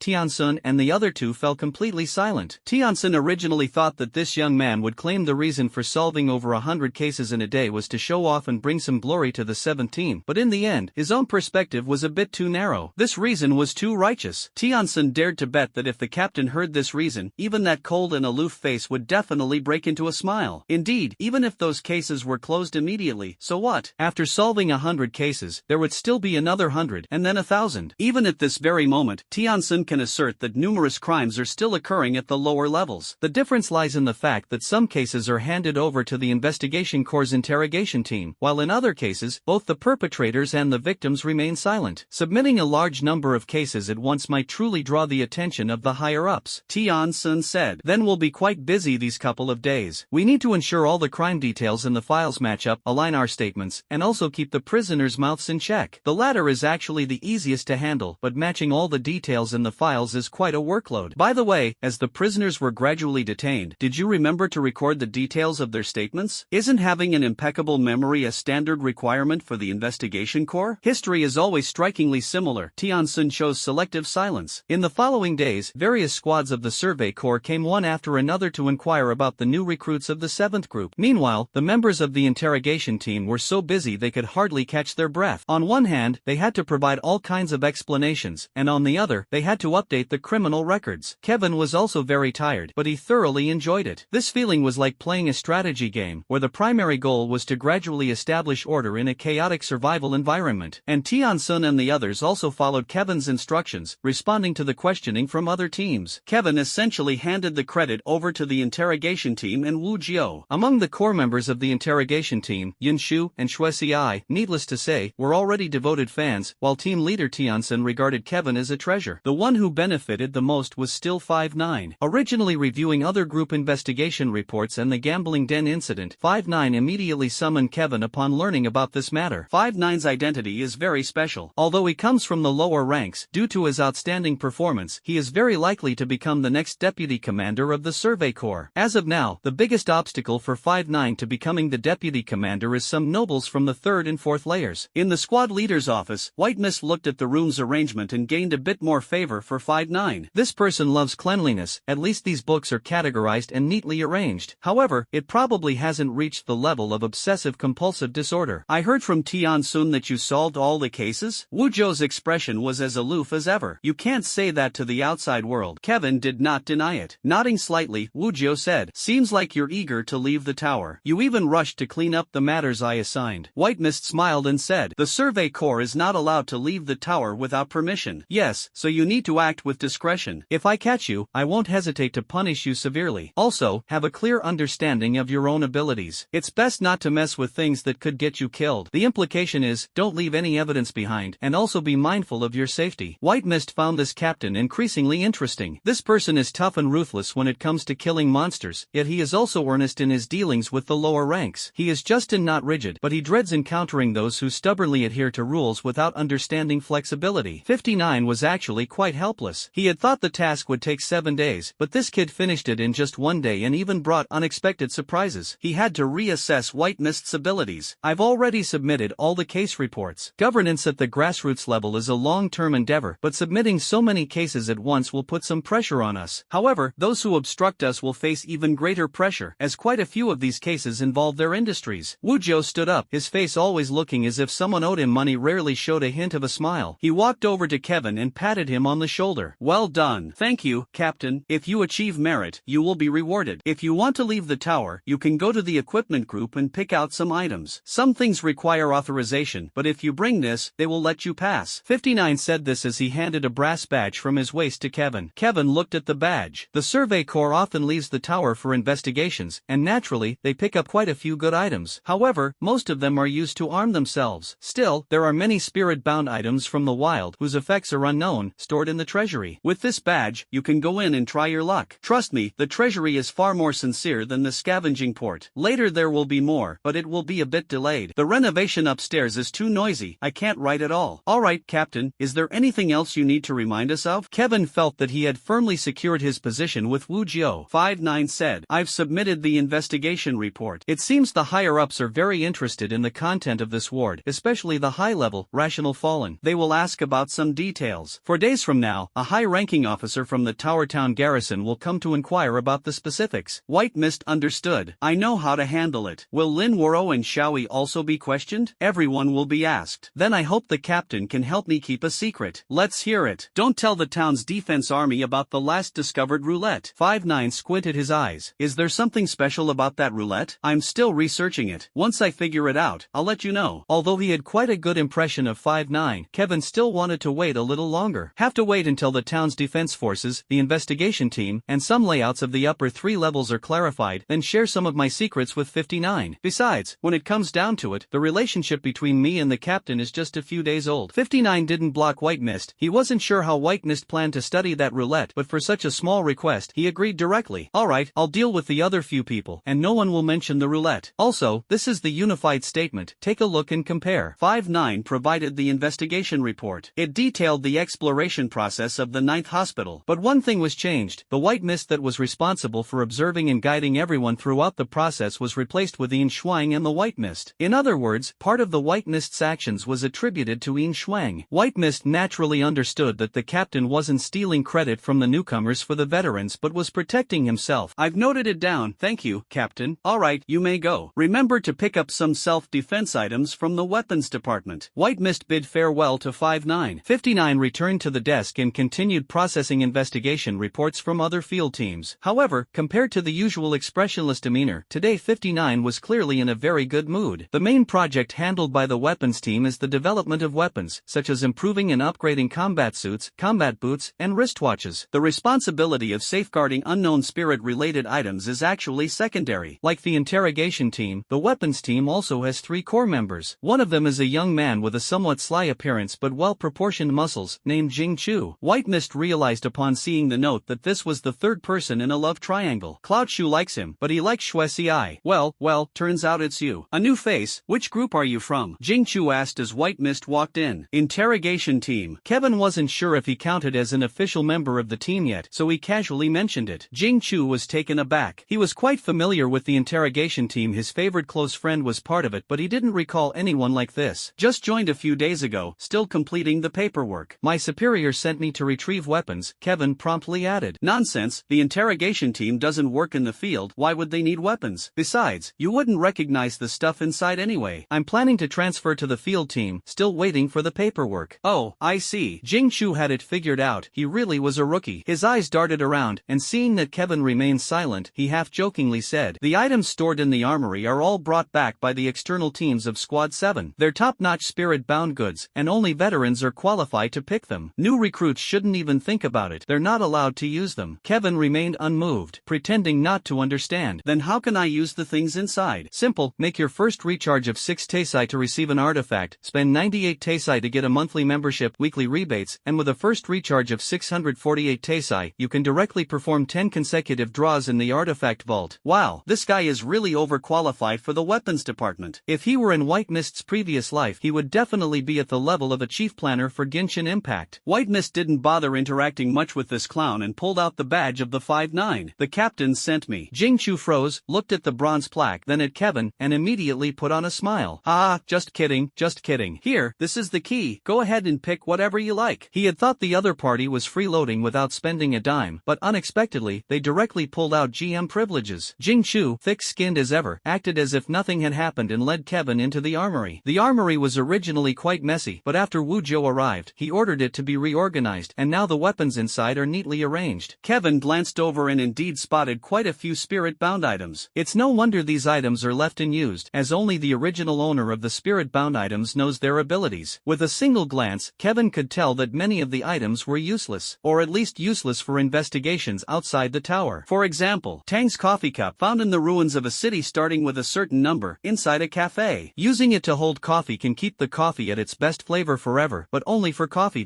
For example, the voice changer in the background can conceal your Adam's apple and automatically select a tank voice or a mature female voice based on your preference. Lin Woro might like it. Or, 100% bare-handed blade catching gloves. Does this even need an explanation? Its name already defines its attributes. Although most of the items are peculiar and strange, the field team of Squad 7, the strongest in the entire corps, indeed has quite a few things. Amid the many bizarre objects, Kevin also found what he needed. A mask. A mask painted with a V-shaped smiley face. This mask has a certain connection with you. You once saw scattered records related to it in the 9th Asylum. The mask cannot be destroyed, but it will gradually reveal your appearance based on the degree of your health depletion. It means being in a full health state. The mask is tightly covered, and since it cannot be damaged, it can even serve as a helmet. But if vitality is lost, the mask will also become damaged according to the host's condition. A very strange setting, but what's even stranger is the thing mentioned earlier. I've seen records related to it before? Kevin thought for a moment and quickly remembered. In the 9th Psychiatric Hospital, he had indeed seen a record describing a masked weirdo in the city adjacent to the 9th Hospital who captured the fallen and sent them to the 9th Psychiatric Hospital. He became interested. This means someone has been to that city before. It seems that although the world outside the tower is random, there might be hidden connections between each area. White Mist picked up a mask. Jing Chu asked in confusion. You're just picking a mask? Clothes, weapons, shoes, watches, any accessories that can be worn have all been taken by others. What's left here are just some everyday items with unknown uses. By comparison, a mask is at least somewhat useful, White Mist explained. Jing Chu nodded. That does make sense. Not going to pick something else? No need. With the mask in hand, the White Mist had effectively solved the issue of identity exposure. After a few days, he figured Lu Qingzi had also prepared the necessary equipment for the livestream. He plans to go over and take a look and learn a secret along the way. The camera Lu Qingzi gave back then, what exactly did it capture? To be honest, after writing books for 3 years, I've never received so many recommendation votes. Thank you all so much. The cover has been censored. It might have been reported, but in any case, the new cover is still in production. Ahem, if anyone has good ideas, feel free to leave a comment. Although Pinru's cover is gone, the core remains. There will still be 2 updates today, asking for votes in advance. Even in the early morning, as long as there is a live broadcast in the middle section of the port, many lower-level miners who handed in minerals yesterday and have some surplus food in hand have already gathered outside the massive TV wall. The White Mist was also waiting early, thinking about how to monetize such a massive flow of traffic. After all, the benefits of live streaming are not limited to the host selling goods, rewards, and even viewing thresholds are major sources of income. When Lu Qingzi arrived, it was already 10 in the morning. Most of the time, the Sea Queen always sleeps a little longer than ordinary people. Seeing Kevin, she nodded, thinking to herself that this person was always so elusive, and his timing was quite precise. She had just finished handling the matter he had instructed her to, and was worrying about how to contact him when he showed up. Morning, Kevin greeted politely. What's with morning? You should say I love you, Lu Qingzi blurted out habitually. Kevin ignored her. Are the equipment and procedures all set? Lu Qingzi smiled smugly and said, who am I? Do you think I can't handle something this simple? If he couldn't manage it, he wouldn't even qualify as a bootlicker. The equipment was sorted out by noon the next day, and you weren't exposed. Kevin acknowledged Lu Qingzi's grassroots connections. Lu Qingzi took out the pair of handcuffs. This was originally intended for use in basic level live streaming. There are only 3 in total, and the other 2 are with other live streaming companies. However, my boyfriend didn't say he'd give it to me directly. He wants to see the program's performance first. If the results are good, then he'll let us use it long term. Kevin wasn't worried about the program's performance. The difference between real live streaming and fake live streaming is obvious. He looked at the handcuffs. Similar to what you've seen before, except the footage won't be transmitted to the 3rd level but to the TV wall at the basic level scavenger port. Boys out there must know how to protect themselves. Please remember to wear a mask and don't let anyone recognize you. The handcuffs were no problem, and even the live broadcast setup was ready. Kevin looked at Lu Qingzi. What about the time? You can arrange it as soon as you're ready. Recently, the live-streamed product promotions have all been fake because the outside of the tower is too dangerous, and fewer people are willing to go. Actually, you were right before. These viewers all know in their hearts that live streams where you don't even see a single fallen are basically fake. Lu Qingzi recalled the real live broadcast outside the tower she had seen before and said said seriously. This year, there have been a total of 6 live broadcasts outside the tower, but in 5 of them, the broadcasters were torn apart by the fallen. You can imagine the scene inside and outside the tower at the time. While the spectators at the lower levels were terrified, they also found it quite thrilling. So the real sponsors at the port are eagerly anticipating your debut. Death live streaming? That style of movie was indeed popular for a while, but movies are fake after all. For these people, live broadcasts outside the tower are like underground fights in a past life, a true sensory thrill. So based on past experiences, my survival rate is roughly 16%? Well, you better think it through. Although I have a hunch you're quite capable, outside the tower, no one dares to claim they can be completely flawless. Given that there isn't a decent way to make money at the lower levels nowadays, Kevin decided to give it a try first. After all, with the immunity to corruption, if it doesn't work out, returning immediately isn't a bad option either. Lu Qingzi also brought out a set of clothes. Try it on and see if it fits. It's for wearing during the live broadcast outside the tower. A superhero-style bodysuit from 700 years ago. I suggest you refuse it because it's just too ugly, although it is indeed a spirit-bound item and can withstand certain attacks. A bodysuit. In his past life, Kevin found Superman's outfit quite peculiar. The big S in the middle of Superman's chest and the bat on Batman's chest looking like a big M. Two heroes together, an eyesore. Do you have a cloak? Preferably a loose one. The shop across the street has some, but most of them are likely non-spiritual items. Without delay, Kevin went directly across the street and bought a slightly loose black cloak that could cover the entire body. After putting it on, then wearing the spirit-binding bodysuit and the mask, it gives off quite the vibe of a cult assassin. Lu Qingzi felt that this was where men were inferior to women. For men to make a name for themselves in the live streaming industry, they needed unique skills, whereas for most women, being well endowed was enough. After finishing all this, Lu Qingzi said, "The outfit issue is resolved. Now there's just one last step. You're a member of the Survey Corps, and leaving the tower without permission is not allowed. But you can register as a mercenary team under the Free Mercenaries. Free mercenaries are essentially equivalent to bounty hunters. Having this identity does indeed facilitate leaving the tower." Kevin and Lu Qingzi were very efficient and went straight to Fallen Street to begin registering mercenary information. Fallen Street is located in the center of the lower level and is considered the most bustling place in the entire lower level. As its name suggests, gambling houses, bathhouses, pleasure establishments, various lending places, and pawnshops are all available here. However, relatively speaking, the place that should be the most chaotic actually has the best security. This is because it serves as the headquarters for the underworld forces at the bottom tier. The owners of the shops here are all connected to the nobles of the upper 3 tiers. Free mercenaries, which are essentially a structure proposed by these nobles who cannot privately use the Survey Corps, were established after the legislation passed. People with some skills at the lower levels can take on various tasks here. Responsible for receiving Kevin was a middle-aged man with a fat head and big ears. After explaining the rules of the freelance mercenaries to Kevin, he began helping him with the registration procedures. Since the investigation corps operates under a 6-person team system, freelance mercenaries, out of humanitarian considerations, must also register as a group of 6. This has caused dissatisfaction among many lone wolves. But where there are policies, there are countermeasures. As long as one is willing to spend a certain amount of Taisai, even a single person can register as a mercenary. The remaining 5 teammates will have their fake identities created with the help of 3 levels of nobility. White Mist naturally had no teammates, nor did he need any. Thus, he could only borrow 500 Taisai from Lu Qingzi. According to tradition, little brother, you need to come up with, tell us the names of your teammates. Code names will work too. When mercenaries roam the world, if their names don't sound good, like Li Guden or Zhang Suhua, they can consider adopting a striking nickname. The White Mist indeed couldn't use its own name, so it said, Constantine. If one considers the Fallen as a kind of demon born from human corruption, then Constantine, the demon hunter, is quite fitting. And the second team member? Free Ride. Are you sure you want to call it that? What about the third one? Next time for sure. The fourth one is called Last Time Gave. The person in charge of registration felt this was somewhat too casual. However, it wasn't too difficult to handle. There had been even stranger names before. Anyway, the higher-ups won't investigate. The fifth one is called Lu Qingzi. This one is still normal. The sixth one is called Next Time. Not necessarily. Lu Qingzi originally found it amusing. This young man is really interesting. Although these team members don't exist, the names he came up with are just too ridiculous. But upon hearing her own name, Lu Qingzi froze. What is going on here? What's the meaning of Kevin putting her name among these freeloading code names? Is he implying he wants to freeload off me? There's more later. On the way back, Lu Qingzi felt increasingly uneasy the more she thought about it. She had helped Kevin sort everything out thoroughly, handled everything properly, and even negotiated the profit sharing with the behind-the-scenes sponsor of the live broadcast outside the tower. But where is my camera? All of this was for the camera, but the camera ended up back in Kevin's hands because because it was taken outside the tower for an upgrade. During this process, Kevin used the camera freely. It was as if I got nothing out of it. Thinking about it carefully, isn't this just being taken advantage of for free? Lu Qingzi puffed up her cheeks and glared angrily at Kevin, saying, "Can't the camera be used twice? I demand that you at least leave me one chance to use it." The two were on their way back to Kevin's residence. Communication tools were scarce on the lower levels, so to make it easier for Lu Qingzi to stay in touch, Kevin decided to help her familiarize herself with the route. Speaking of the camera, Kevin thought of something. We're partners now, aren't we? Can you tell me what's so special about this camera and what it has captured before? Lu Qingzi's steps faltered, her expression somewhat unnatural. Who told you there's something in the camera? There's no need for such questions. Since I've determined that this camera captured certain images, there must naturally be a basis for my judgment. Kevin took out the camera and said, "Your expression has also betrayed you. Since we are partners, why not talk about it? Of course, if it's something you can't share, you can refuse." Lu Qingzi nodded. She didn't insist too much. After all, this matter was still ongoing. 2 years ago, 2 of my friends disappeared. The 2 had already arrived at Kevin's residence. Lu Qingzi's words made Kevin guess a certain possibility. "Come in and sit." Arriving at Kevin's house, Lu Qingzi looked around and found it quite clean, completely different from her 4th and 6th boyfriends, but very similar to her 2nd boyfriend. Boys who love cleanliness and tidiness can always earn some extra points. The hierarchy of the tower is clear, and it's common for those at the top to bully those below. However, through the Tower Town Garrison Corps, if you have solid evidence in hand, you can also report the higher-level nobles. White Mist poured a glass of water for Lu Qingzi, who spoke unhurriedly. 3 years ago, women from the lower levels started disappearing one after another, about 1 per week. The common trait was that they were beautiful. People from the lower levels who go to the upper 3 levels mostly meet the same fate. Men are sent to gamble for survival, and some women are too, but beautiful women often go through something else first. Rarely, the Sea Queen showed a somewhat angry expression. "As for what you will experience, I don't need to say it, you already understand." The White Mist nodded. During the era of the backward social system of the tower, the probability of these things happening was indeed very high. These women, their fate is naturally not very good, and when the people at the top have consumed enough and grown tired of it, they won't come back but will be sent outside the tower. I heard someone say that the fallen outside the tower were all once human. Do you think that one day, when you go out to investigate, you might encounter someone from inside the tower? Lu Qingzi's mood grew increasingly downcast. She shook her head and drank another half glass of water. "I naturally don't want to deal with these dirty transactions. Actually, I used to run another business. I partnered with 2 good friends to open a clothing store aimed at allowing people at the bottom to dress stylishly and beautifully.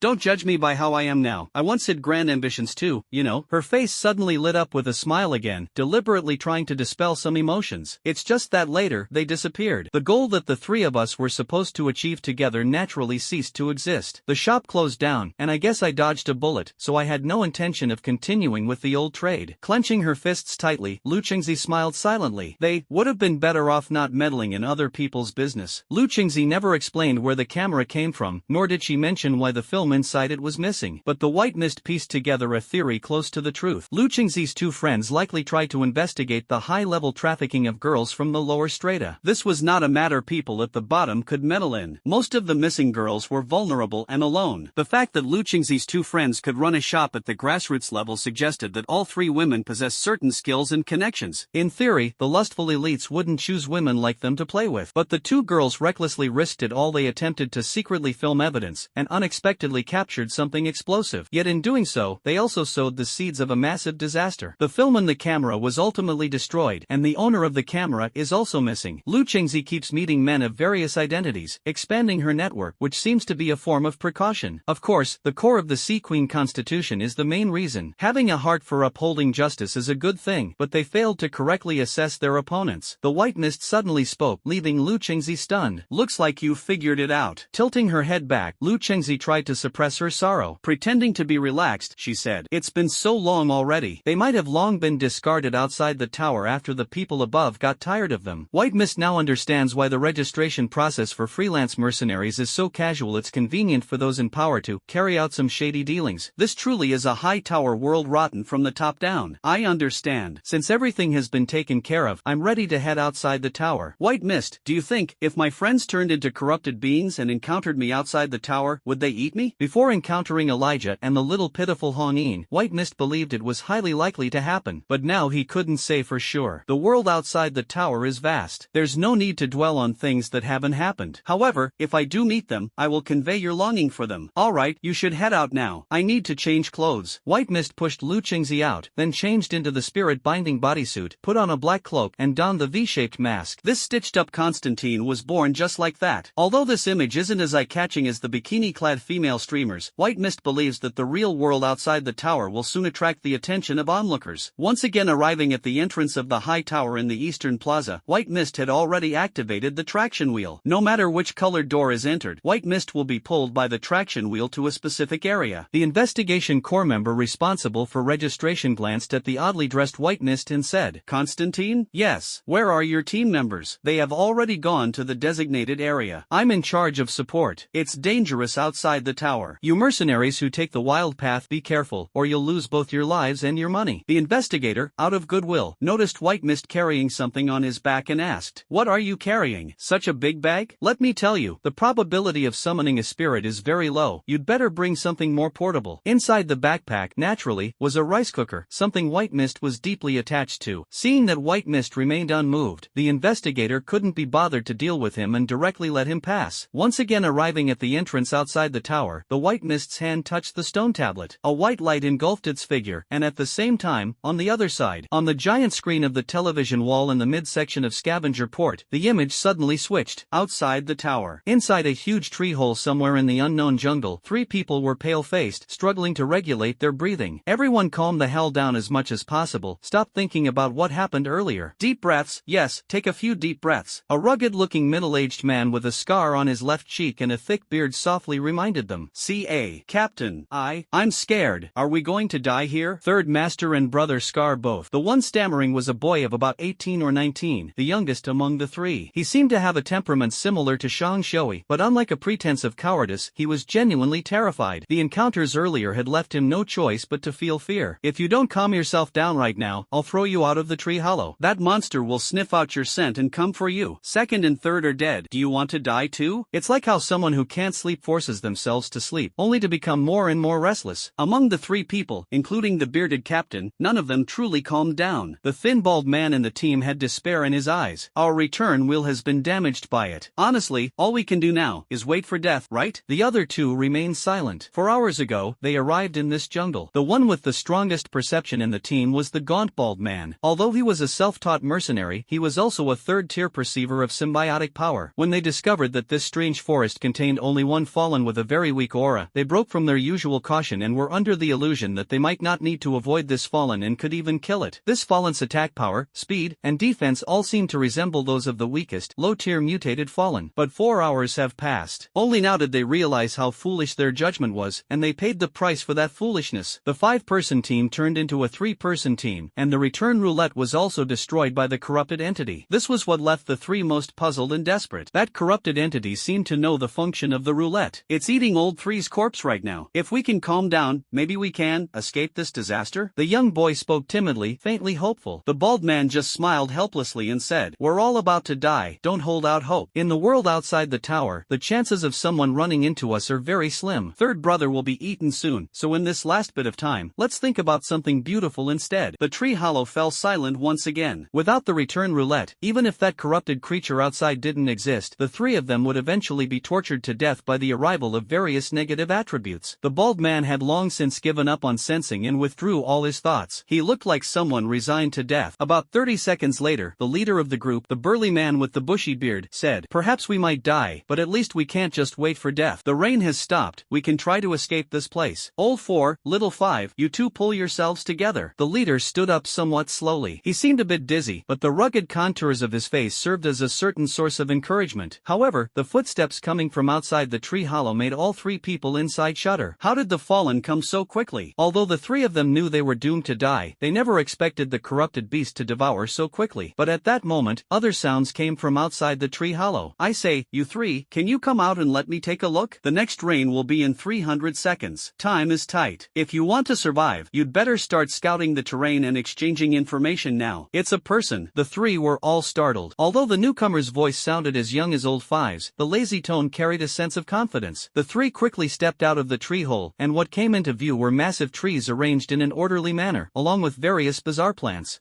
Standing outside the tree hole was a masked freak, completely shrouded in a black cloak.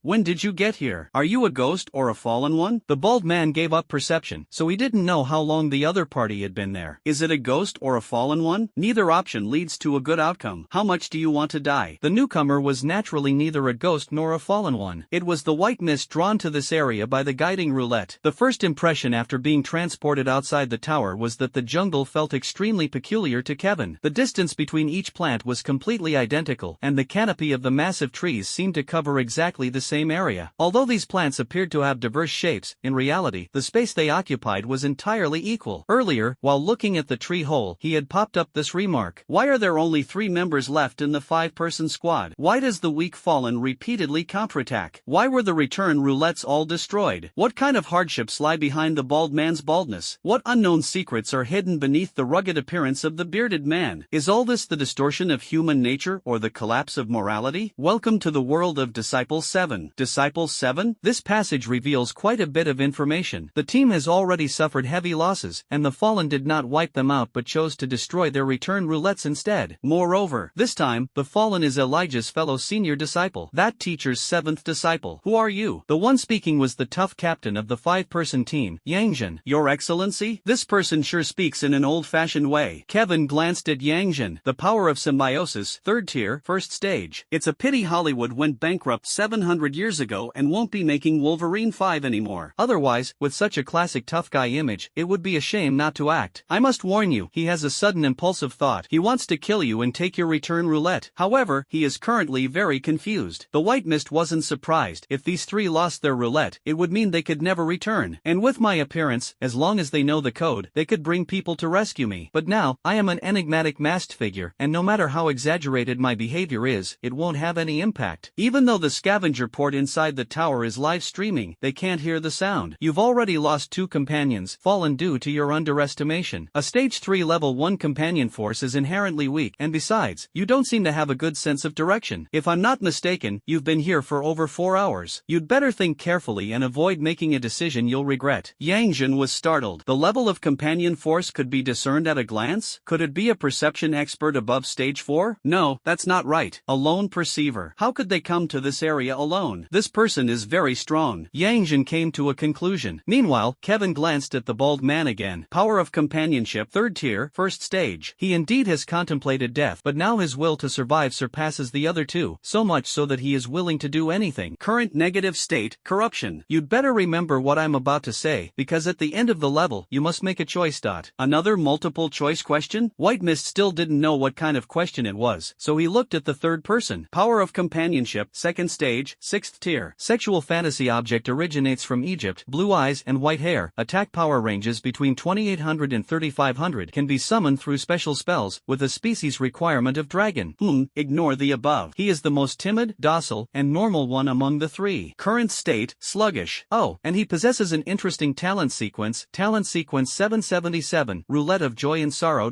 Well, although it sounds quite perverted, this person is far inferior to Shang Xiui, at most just a 2-dimensional otaku with strange fantasies about the opposite sex. You can call me Constantine. If you want to stay alive, you'd better put away any little schemes. The bald man was named Liang Yu, and this Constantine gave him a feeling of utter mediocrity. The perception of a 3rd tier level was still insufficient to clearly gauge the opponent's strength, but that didn't matter. The corrupted creature ahead had already cast a shadow in Liang Yu's heart, making him doubt the accuracy of his own perception. The 5th-ranked teenager was named Qin Lin, and he asked timidly, "Can we really survive? Why not lend us the return roulette and then bring reinforcements to rescue us? My name is Yangjin, and I have some reputation among the freelance mercenaries. You can trust my word." Not trustworthy. The white mist showed no courtesy and directly interrupted Yangjin. Theoretically speaking, Yangjin's method was correct. However, when the white mist focused its gaze into the distance, it saw a note. All 3 people must be present. If one of them leaves, there will be very bad consequences. Additionally, the 3 correspond to 8 different endings. Each ending offers different rewards: wealth, reputation, intelligence, spirit-bound items, or a standard sequence. Or do you want them all? Treat every choice with caution. 3 people, 8 endings? It seems to be related to the survivors, the bald one, the tough guy, and the otaku. Indeed, there are 8 possible combinations among the 3. All 3 survive, or 1 survives, or 2 survive. There are a total of 8 possibilities. The corruption in this area is quite interesting. Why? I need an explanation. Yangjin did not dare to act rashly, but he was certain that his approach was the most appropriate. At present, only Constantine has a roulette. Isn't the way out of this predicament for the most reputable among them to return, then use the numbers to bring reinforcements for a rescue? The White Mist said. The monster's perception is very strong. Have you ever wondered why it didn't kill you but instead destroyed your roulette? Why? Because it is savoring your fear and despair, Kevin said indifferently. The three were shocked, yet the more they thought about it, the more terrifying it became. Could it be that this evil entity possesses intelligence? Is it toying with us? For the fallen, the more fear, despair, and negative thoughts you have before dying, the more enticing it smells. Destroying your return roulette is far harder than killing you. The reason it goes to such lengths is simply to make its meal more delicious. Under Constantine's slightly mocking tone, these words sent chills down the spines of the three. But this is also a good thing. You don't have to force yourselves to hide your inner fear, because there's no need. If one of the prey were to run away at this moment, I can guarantee it would immediately go berserk and devour the remaining prey. Now, do you still want to call for reinforcements? But if that's really the case, it sensed you, wouldn't it also worry that you'd rescue someone and then turn to eat us? The White Mist chuckled, though the mask obscured the expression. It can't sense me. The meaning of this sentence was very simple. Constantine had no fear. Facing this corrupted being, he was completely unperturbed. Combined with the playful tone in Kevin's voice, the three of them actually started to believe it. It was as if the person in front of them was on a level even higher than the fallen. What should we do? Yang Jin asked. Find a way to uncover the secret in this area, and then kill it. 2.5 minutes left. We need to find the next hiding spot first. Talk as we go. White Mist began to lead the way. Why do you think there are other hiding spots here? Finding such a tree hollow, Yang Jin found it very strange. Do you know what kind of state some perverse hunters most hope their prey will be in? It's not about falling into passive despair, but rather thinking there's still hope and struggling continuously. Since there is only one corrupted creature in the entire jungle, why hasn't it filled up these hiding spots over the course of hundreds of years? Perhaps all of this was intentionally left by it. From Kevin's perspective, this terrain already had significant issues. To that corrupted soul, perhaps these tree hollows and hiding spots were like women in clothing. Sometimes devouring them outright felt like going without clothes, but other times, wearing clothes could be even more enticing. Similarly, wealthy people in ancient times loved to blindfold women and grope them, a pleasure only they understood. The White Mist began to move forward. Yang Jin and his companions followed obediently. Guided by Constantine's reasoned reminders, the three gradually began to grasp the gravity of the situation. What they were facing might really be a predator that enjoyed tormenting its prey. It was only at this moment that they noticed something strange about the terrain. Take a closer look around. The spacing between the plants is completely uniform, and the canopy coverage of the trees is exactly the same. Were you just taking shelter from acid rain? In some areas outside the tower world, acid rain is not uncommon, but for Yang Jin and the other two, it was their first time encountering acid rain with such strong corrosive properties. Flesh and blood would be instantly wiped away, and even that fallen one, when exposed to the acid rain, would suffer unbearable pain. But strangely, these plants possess an eerie resistance. Like an umbrella, no matter how heavy the rain, they remain completely unharmed. The bald Lian Yu began to explain. It's some kind of corrosive liquid, looking almost like regular rainwater, but when it falls on plants, it has no corrosive effect. Originally, there were 5 of us, and one of the scouts thought this rain was just like ordinary rain and went ahead to scout. The result, in an instant, a layer of his skin was dissolved by the rain, and he died out there. White Mist nodded, having guessed it. You experienced emotional fluctuations because of this, and after attracting the monster, you started to run away? While they were talking, White Mist and the group actually found a place resembling a burrow, and interestingly, this burrow was right under the shadow of the tree canopy. White Mist kicked away some broken branches and leaves near the burrow, and Yang Jin replied, yes, but that corrupted creature is very weak, its speed and strength are not very impressive. So for the first 4 hours, you had the illusion that we could win if we held on? Baldy, you stay up here and guard. You two come with me down there. White Mist prepared to check out the underground hole. This underground hole reminded him of an orc dungeon from a game he played before. Baldy instinctively refused. Why am I the one staying behind? Someone has to stay, and you're the perceptive type. Old 4, follow the arrangement. Yang Jin also thought Lian Yu was more suitable. Xin Lin didn't have much of an opinion. Although he wasn't familiar with this Constantine, he felt a sense of security from him. Regarding this hole in the ground, the notes in the eyes provided White Mist with information. Who wouldn't want to discover a hole in the ground while wandering through the woods? There used to be a lively young lady here, but now there's only a skeleton that doesn't qualify as an ingredient. She might have some clues on her, but you'd better act quickly. Dandelier is about to start searching for the next meal. Countdown, 400 seconds.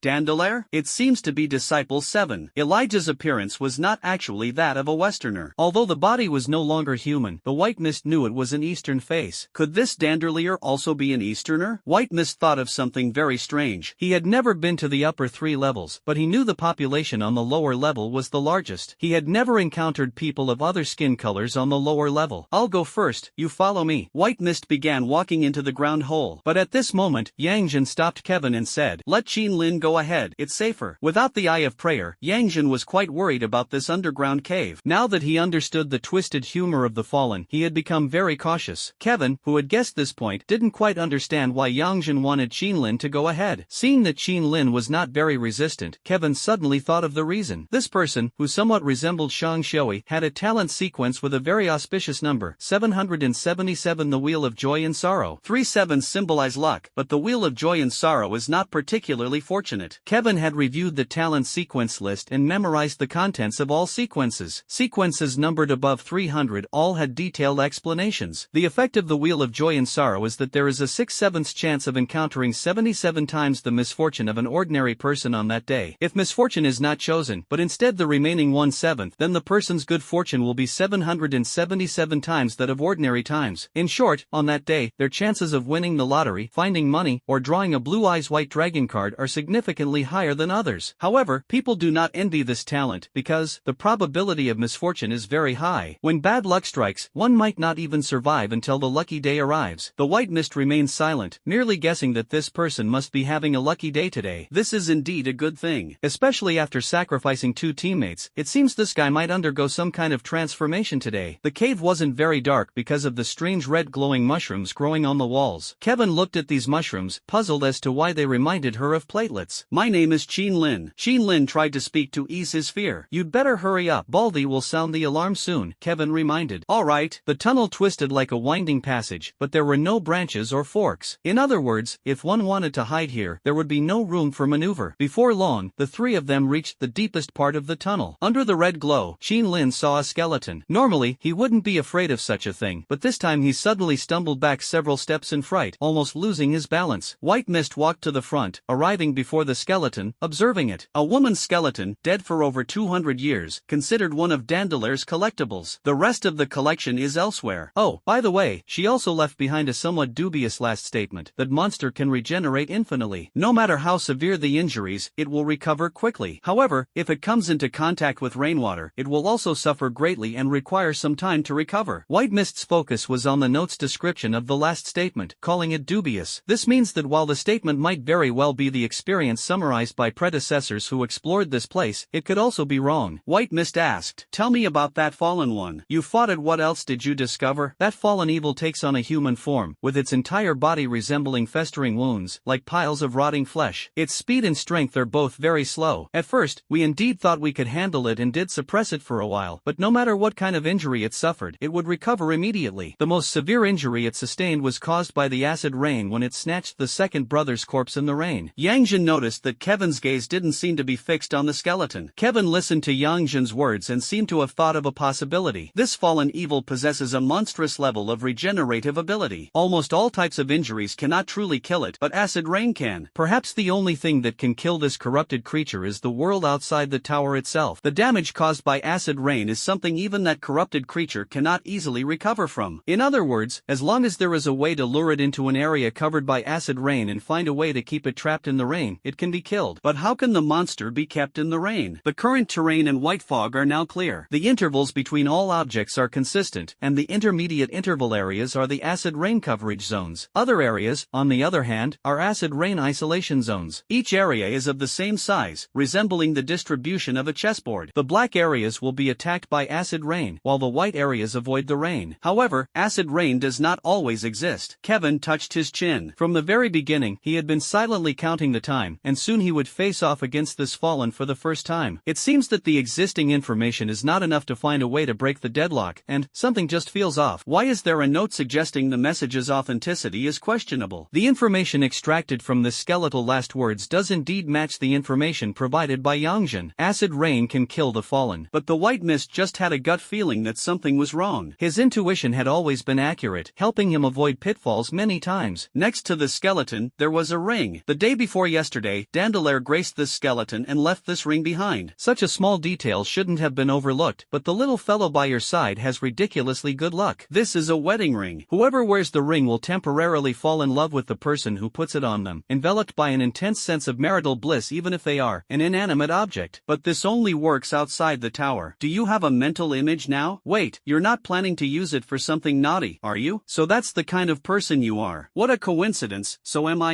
White Mist really had a picture in his mind, especially with the note using the word favor, a completely decayed fallen one favoring a skeleton filled with the happiness of marriage. This imagery is a bit too heavy, but the item itself is indeed a good one. If it can be used inside the tower and taken to auction, those lustful ones on the third floor might fight to the death over it. It's a pity that this ring only works outside the tower, which adds new confusion to Kevin regarding the principles of spirit hosting. At this moment, from the other end of the cave came the sound of pebbles falling to the ground. Leon, you gave the signal. Let's go, hurry up. At the very least, we need to find an open area to take shelter from the rain and fight. This place is too cramped. Yang Jin wasn't foolish. Although he didn't know how Constantine could predict the timing of the rain, he silently counted the numbers in his heart. At this moment, Liang Yu sent an alert likely both acid rain and corruption were imminent. The atmosphere suddenly grew tense. Kevin nodded and tossed the ring into his own bag. So far, he didn't think there was anything interesting about the women in this world, but this ring might prove useful in future scenarios. The three moved swiftly and quickly exited the underground tunnel. Liang Yu saw that the three of them were unharmed and breathed a sigh of relief. Once he accepted the premise of survival, he desired to live more than anyone else. Acid rain descended, a colorless and odorless liquid falling upon this jungle. If it weren't for Yang Jin's previous intelligence and the eye of Prel, Kevin would indeed think this was ordinary rainwater. He looked at the curtain of rain, and the notes surfaced in his eyes once again. The human body contains many liquids: white ancestral chromosomes, red blood, green bile. Although this substance is transparent, let me give you a hint: it's definitely not saliva. It's not saliva, nor could it be the substances mentioned in the notes. It possesses a strong corrosive nature. Gastric juice? What do we do now? Yang Jin said. Under a giant tree not far away, through a layer of mist, the outline of the fallen could already be seen in the white fog. Level 4 Aberration Fallen. Aberration Entry, Telekinesis. Perfect Aberration Entry, Absolute Regeneration. Pathological Entry, Weakness, Significantly Reduced Speed and Strength. It's a pity that Dandelier is a serious person. He never keeps a diary. Otherwise, you would see the words healing and saving lives scrawled on every crooked page of his diary. Unable to sleep, you would carefully examine it for half the night, only to discover hidden between the lines that the entire book contains just 2 words: answer correctly for 3 points, answer incorrectly and perish.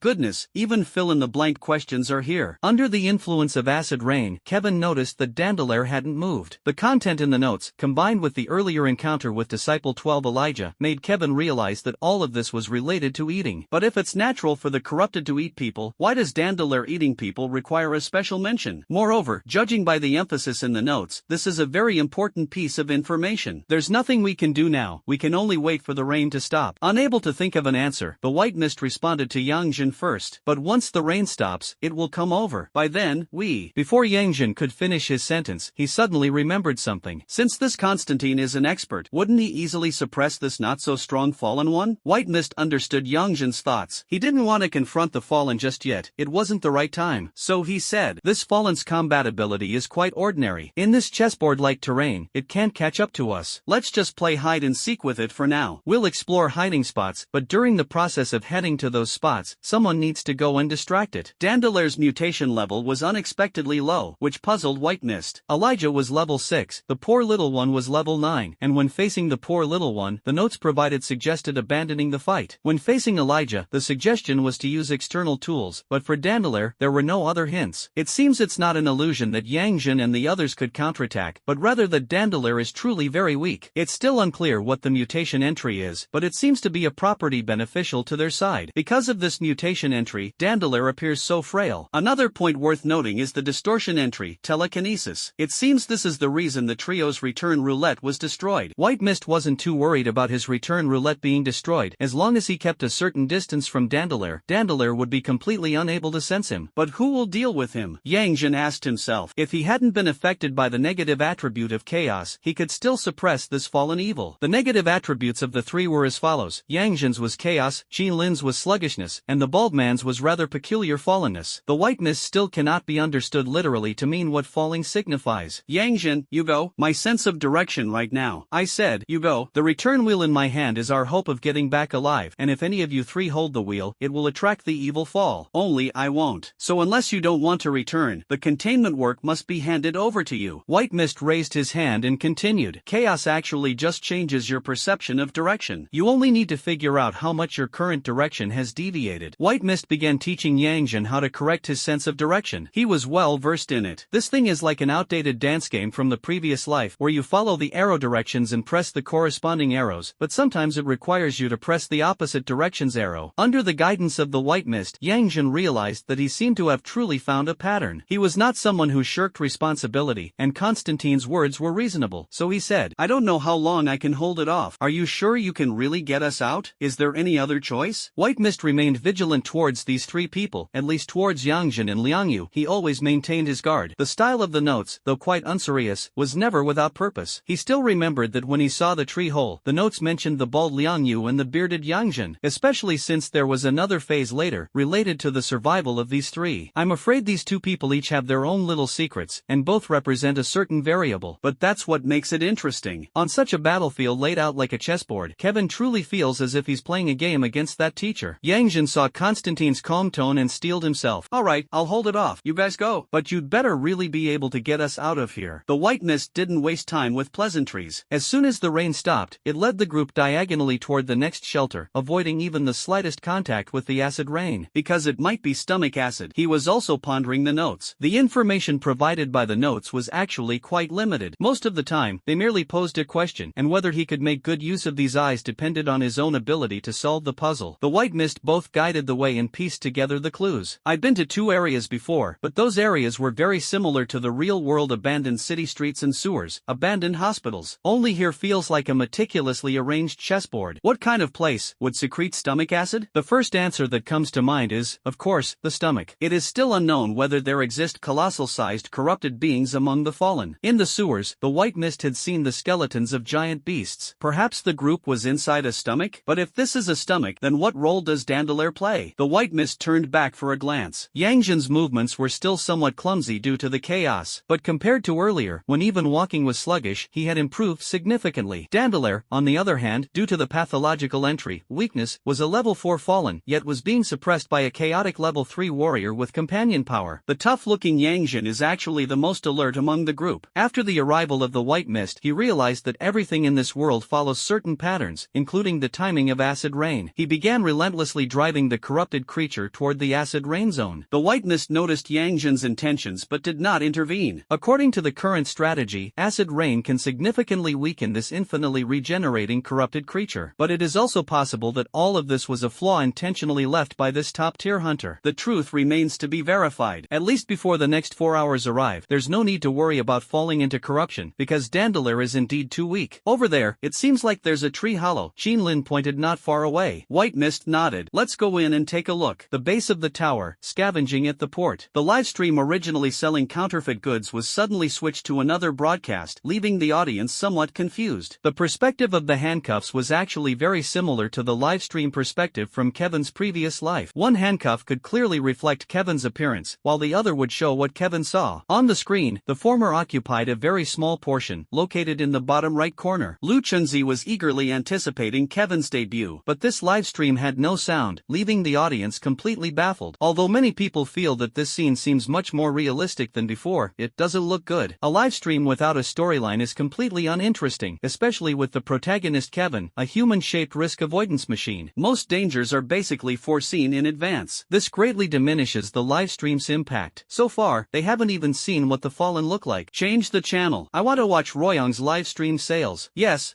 change the channel. I'd rather watch Ayao and Xiachuan act crazy and silly than watch such boring antics. Isn't watching Nizi better? Why watch a strangely dressed man walking back and forth here? And what are the other three doing? What kind of trash show is this? So sometimes it's not that people are ignorant or unaware of the streamer's deception, but rather that this is something both parties willingly accept. Lu Qingzi was so anxious. At this moment, the scene showed the three of them outside the tree hollow, talking with Kevin. She also had no idea what Kevin was doing. This was completely different from the image in her mind of Kevin slaying the corrupted. In the eyes of an outsider, they always think a certain profession is fascinating. Novelists envy game developers envy musicians, musicians envy photographers, and photographers envy novelists. When the truth is revealed, it often isn't that interesting, and can even be exceptionally dull. People enjoy watching detectives solve cases, but if they were to personally experience the process of solving a case, rather than watching it condensed into a movie of just a few dozen minutes, they might not find it thrilling or fun. Of course, the main reason for the failure of this live broadcast broadcast is that the corrupted creature didn't behave like usual ones, rushing over at the scent. In previous live broadcasts outside the tower, most streamers were torn apart not long after starting. This time, it hasn't happened. So far, the corrupted creature still hasn't appeared. This has resulted in very weak program effects. Lu Chengzi is very anxious. At this moment, among the audience, a boy of about 15 or 16, dressed in tattered clothes, squeezed into the crowd. In fact, he had been there for a while, his thin frame blocked on the outer edge of the middle section. But when he saw everyone cursing and demanding a change in the live broadcast, he began frantically pushing his way inside. His urgency was as if every second counted, as though being late would result in a tremendous loss. After much commotion, he arrived beneath the massive TV wall and began observing the expressions of the staff around him. The impatient ones are the audience, the disappointed ones are the organizers, and the most anxious should be the live broadcast team. Ah, found it. The young man immediately spotted Lu Chengzi and, ignoring the staff's attempts to stop him, rushed straight over. At this moment, Lu Chengzi's attention was entirely on the screen. She was a self-centered person, hoping that Kevin was fine, but also wishing that, at this moment, dozens of corrupted creatures would suddenly appear to save the show's impact. So the young man came to her side, panting as he spoke, and she was startled. Big sister, let me add voice to this live broadcast. I can make them excited very quickly. What are you talking about? Being able to directly make the organizers change the program shows that they are really looking forward to this live broadcast outside the real tower. You don't want the program to flop, do you, sister? Give me a chance. Anyway, it's already a mess now, and I guess the organizers will soon come to discuss changing the program with you. Lu Chengzi was stunned. Although she didn't know who this child was, what he said was quite accurate. My name is Yi Weiming. Big sister, let me give it a try. It's free. I'll do the voiceover. Trust me. With me here, the show will definitely become more entertaining. Voiceover? That's actually a way to solve the problem. Lu Chengzi was also a very smart woman. Although she was a bit anxious and confused, she quickly figured out three things. The little guy has sharp eyes, is good at reading people, and knows how to seize opportunities, showing potential to become a playboy. However, people like this usually have some real skills, and she is not someone who hesitates. Alright, I'll give you a chance, but I have a condition. That oddly dressed person, named Constantine, you need to highlight him. I understand, leave it to me. Lu Chengzi directly took Yi Weiming to the backstage. Outside the TV wall, the viewers' curses grew increasingly severe. Suddenly, they felt that all those scammer streamers from before were actually quite talented, spoke pleasantly, and were incredibly likable. But soon, everyone fell silent for a few seconds, because from the previously silent TV wall came the sound of insects chirping, the sound of the wind, the chirping of insects, footsteps, and breathing. These sounds blend together, vividly presenting the outdoor environment in a three-dimensional way. The viewers who initially suspected this live broadcast might be fake instantly dismissed their doubts. Meanwhile, backstage, Lu Chengzi was astonished by Yi Weiming's extraordinary vocal mimicry, deeming it divine. How does he manage to produce so many mixed sounds at the same time? What a treasure find! Yi Weiming's incredible talent has just begun, as he speaks with a nasal tone. Now we must find a hiding spot. The fallen are not far behind us. According to the informant's information, there's a priceless treasure hidden in this place. You three, follow me. I can feel it. It's nearby. This voice is worlds apart from Yi Weiming's previous voice, leaving Lu Chengzi dumbfounded. The key is the content. There was no sign of corruption throughout, but with Yi Weiming's verbal guidance and the hints in the voice, the audience felt a tense and oppressive atmosphere. The opening starts with a video, and the content is entirely made up. Yi Weiming and Lu Chengzi couldn't care less about the actual situation. Their goal was the same, to make the show's effect explosive. The spectators' curses immediately disappeared, and the organizers who had originally planned to discuss changing the program with Lu Chengzi also stopped in their tracks, deciding to observe a little longer. Yi Weiming and Lu Chengzi didn't bother to explain why there had been no sound earlier, and the audience didn't care at all. However, the distant Kevin outside the tower was unaware that his actions, under the intervention of a certain sound, had given rise to an entirely different version. At the moment, Kevin, Qin Lin, and Liang Yu stepped into the tree hole. There was no corpse in the tree hole, but there was a tattered notebook. Second floor of the tower, 7th Squad Command Room of the Investigation Corps Division. 5-9 is processing files. Not long ago, the senior officials of the Tower Town Guard contacted 5-9, and next time they leave the tower, they might bring along a member of the Town Guard. Compared to the Investigation Corps, the Tower Town Guard holds a very special position, but their overall strength is relatively weak. This seems very contradictory, yet this rule has never changed. Nor did anyone from the Survey Corps attempt to strive for higher authority, at least not before 5-9, because no one knew what kind of power the rulers possessed. The phone suddenly rang. 5-9 picked it up and heard a smug female voice. Hi, little 9-9. I've taken care of the matter you arranged, but as for bodyguards outside the tower, that's something I can't handle. 5-9 frowned. This woman was good in every way, efficient in her work, but she was just too greedy and too blunt. With Little Leaf's help, he will definitely become the new superstar from the bottom. 59 responded indifferently with a hum. Is there anything else? How can you be so indifferent? If there's nothing else, you can hang up. Contact me again if there's something, I'm still very busy. There is something. Little Yezi is one of my future successor candidates. How will you compensate me for exposing her too early? Wu Jiu's eyes carried a hint of amusement. He entrusted the ghost grinding mill agency to protect Kevin, but that was only one aspect. During the process of monitoring Kevin, although Kevin engaged in counter-surveillance, he was not particularly resistant, which allowed Wu Jiu to learn about Kevin's actions. In addition, Kevin selected a mask from the armory, and any minor disturbances at the lower levels were immediately reported by the interrogation team. As a result, Wu Jiu quickly deduced one thing. Kevin might be planning an alternative venture, a genuine survival livestream outside the tower. Throughout this process, Wu Jiu put a lot of thought into it. First, he told Jing Chu not to reveal the source of Kevin's mask. Then, when Lu Qingzi contacted the live broadcast organizers, Wu Jiu spent a large sum of money to secretly have the Ghost Grinder agency pull some strings. In fact, Lu Qingzi alone would not have been able to get things done in such a short time. Next came Kevin's live broadcast. To prevent the audience from learning the correct process and to ensure Kevin's entrepreneurial efforts wouldn't collapse halfway, he once again reached out to the people at Ghost Grinder. This short old flame in Kevin's eyes arranged for Yi Weiming. The first purpose was to ensure Kevin could make money. The second purpose was that grassroots individuals often have a lot of fantastical notions about unofficial investigators of this kind, essentially freelance mercenaries. It's as if people always believe that masters are among the common folk, and White Mist can fulfill this fantasy. This can help Constantine accumulate a certain level of popularity and reputation. Although 5-9 still doesn't know how to use this reputation, he can sense its potential. Perhaps one day, Constantine will be able to change the fate of the underprivileged. Speaking of which, you're being way too nice to this kid, aren't you? How long have you even known him? Damn, you don't actually like men, do you? 5-9 ignored the nonsense of the woman on the other end of the phone. Once my person returns, I'll have him contact Yi Weiming. He's a very smart kid, but my person can bring out his talent. Yi Weiming is an analyst, considered the successor to the old flame of the little dwarf. Meanwhile, Kevin gives 5-9 the impression of being the master of analysts, which can be seen as a gesture of care for the old flame. You're always talking about your person.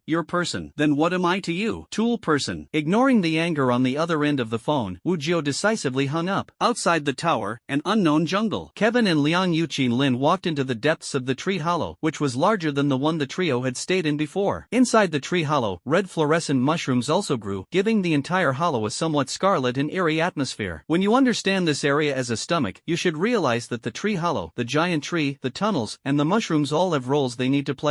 Deep within the tree hollow, a notebook was hidden. This was quite a peculiar place. What's written in here? Liang Yu flipped through it, found it incomprehensible, and handed it to Kevin. Kevin couldn't understand the symbols inside either, though they resembled some of the symbols on the walls of the 9th hospital. It says above, to master this skill. Alright, although the line is misplaced, Dandelier indeed has no lower body. If one day you decide to fall into depravity, you might want to consider the cost. As for these symbols, they are Dandelier's Bible. To interpret the content, you might need to unlock the prerequisite levels. The notes contain surprisingly little information. Speaking of which, when those patterns were carved on the hospital walls before, a similar situation occurred. Notes can only pertain to things outside of the content. The Bible. Does Dandelion need these patterns to find salvation? Let's go. The information in this tree hollow is very limited. Last time, the White Mist took the ring, but this time it didn't take the notebook. From the words on the notes, the White Mist speculated that these hiding places had a certain sequential connection. Perhaps the notebook, like the files of the 9th ward, could only be accessed during the final boss battle. Leaving the tree hollow, the White Mist quickened his pace. Better hurry up, it's going to rain. But the boss, Xin Lin hesitated to speak. He'll be fine. The more he fought against the fallen, the more precisely Yang Jin mastered himself in a state of chaos. At least for a certain period of time, Yang Jin was able to safely buy time for other teammates. Soon, Kevin and the others discovered another hiding spot. This time, it was no longer a tree hollow but a treehouse. Welcome to the surface level house of Dandelier. Inside, there are items for clearing the first stage. It's best to keep your eyes sharp.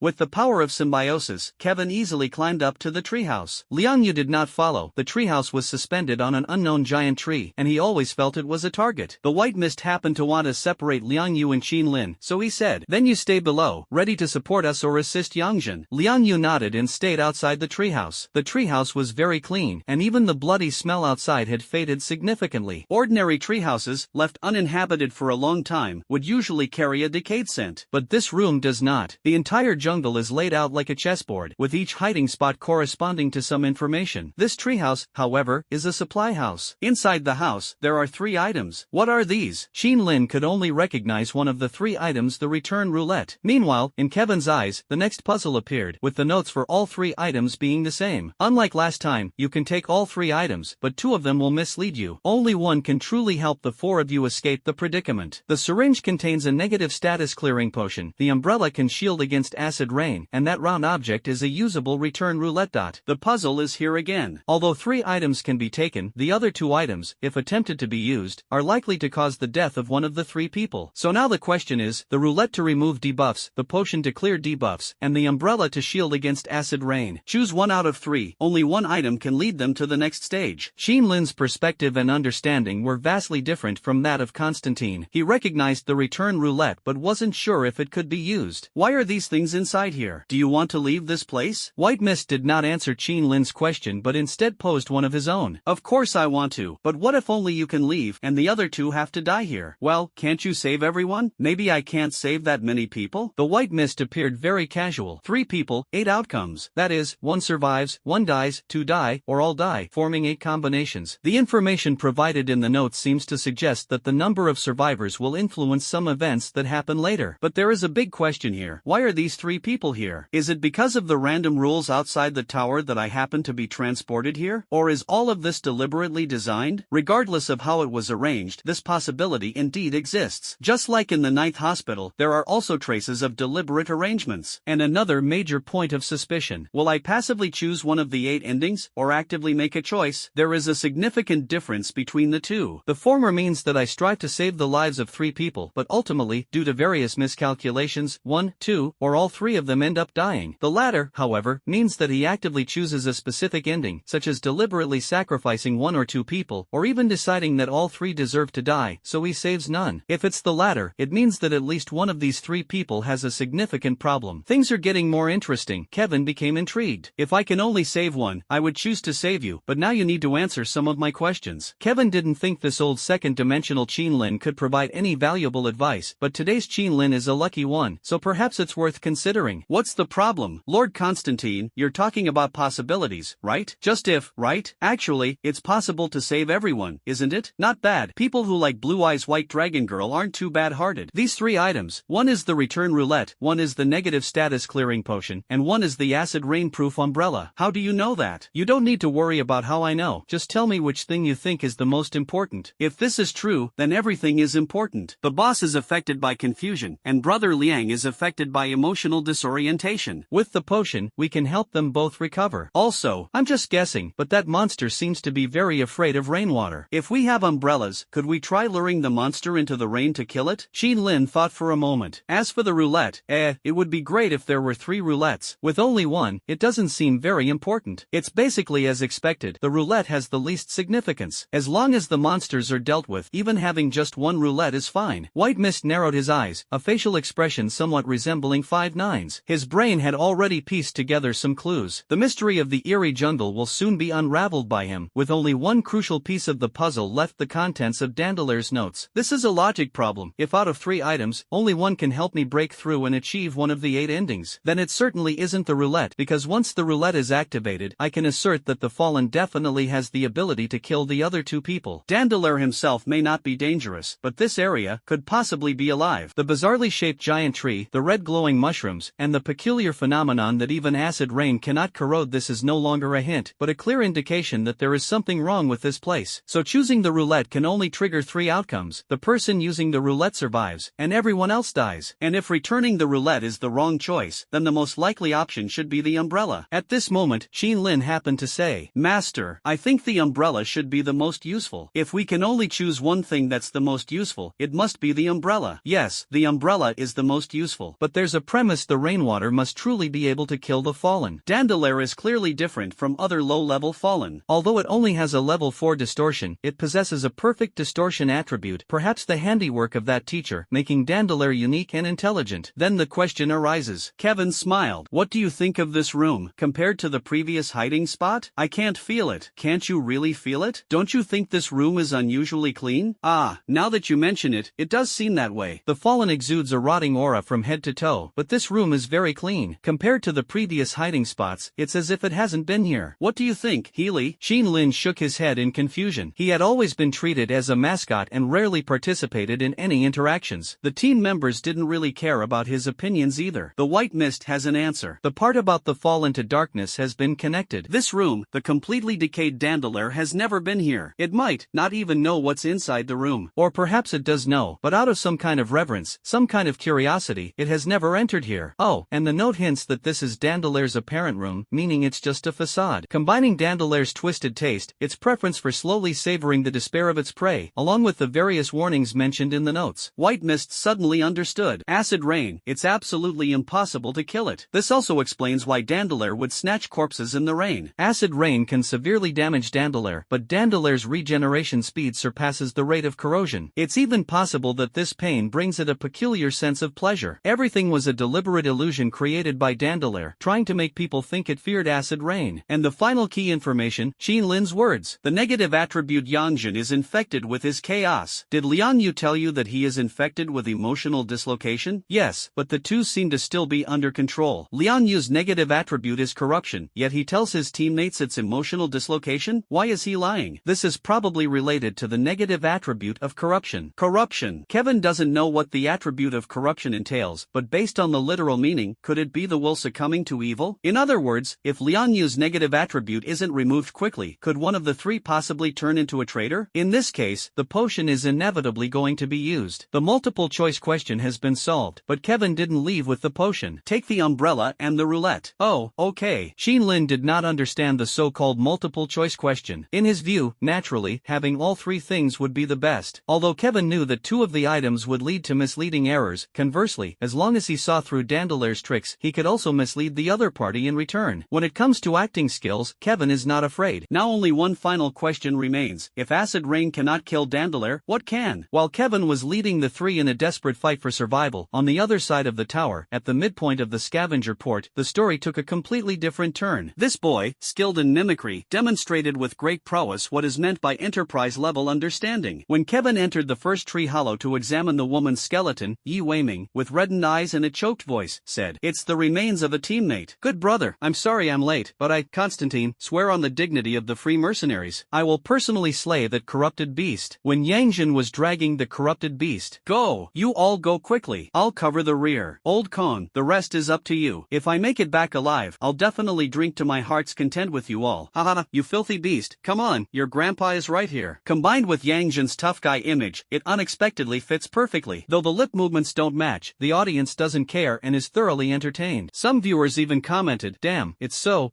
exhilarating." Under Yi Weiming's explanation, although Yangjin is still alive, it feels as if he has already met his end. The audience has already regarded him as someone who sacrificed himself for the tower. Who knows, if it turns out later that he isn't dead, how will Yi Weiming explain it away? When Kevin discovered the notebook, his sacrifice was ultimately worthwhile. We've found the most crucial clue. The treasure is about to be uncovered. This is a treasure map. With it, we can locate the lost treasure. I'm certain it is absolutely priceless, and might even attract the covetous eyes of the nobility. Among the three items, there was indeed one that could be said to be priceless, but the audience was unaware of it. They only knew that this damn old Kong had hit the jackpot. When Kevin finally reached the treehouse and began choosing among the three items inside, Yi Weiming's trembling voice said, I found it.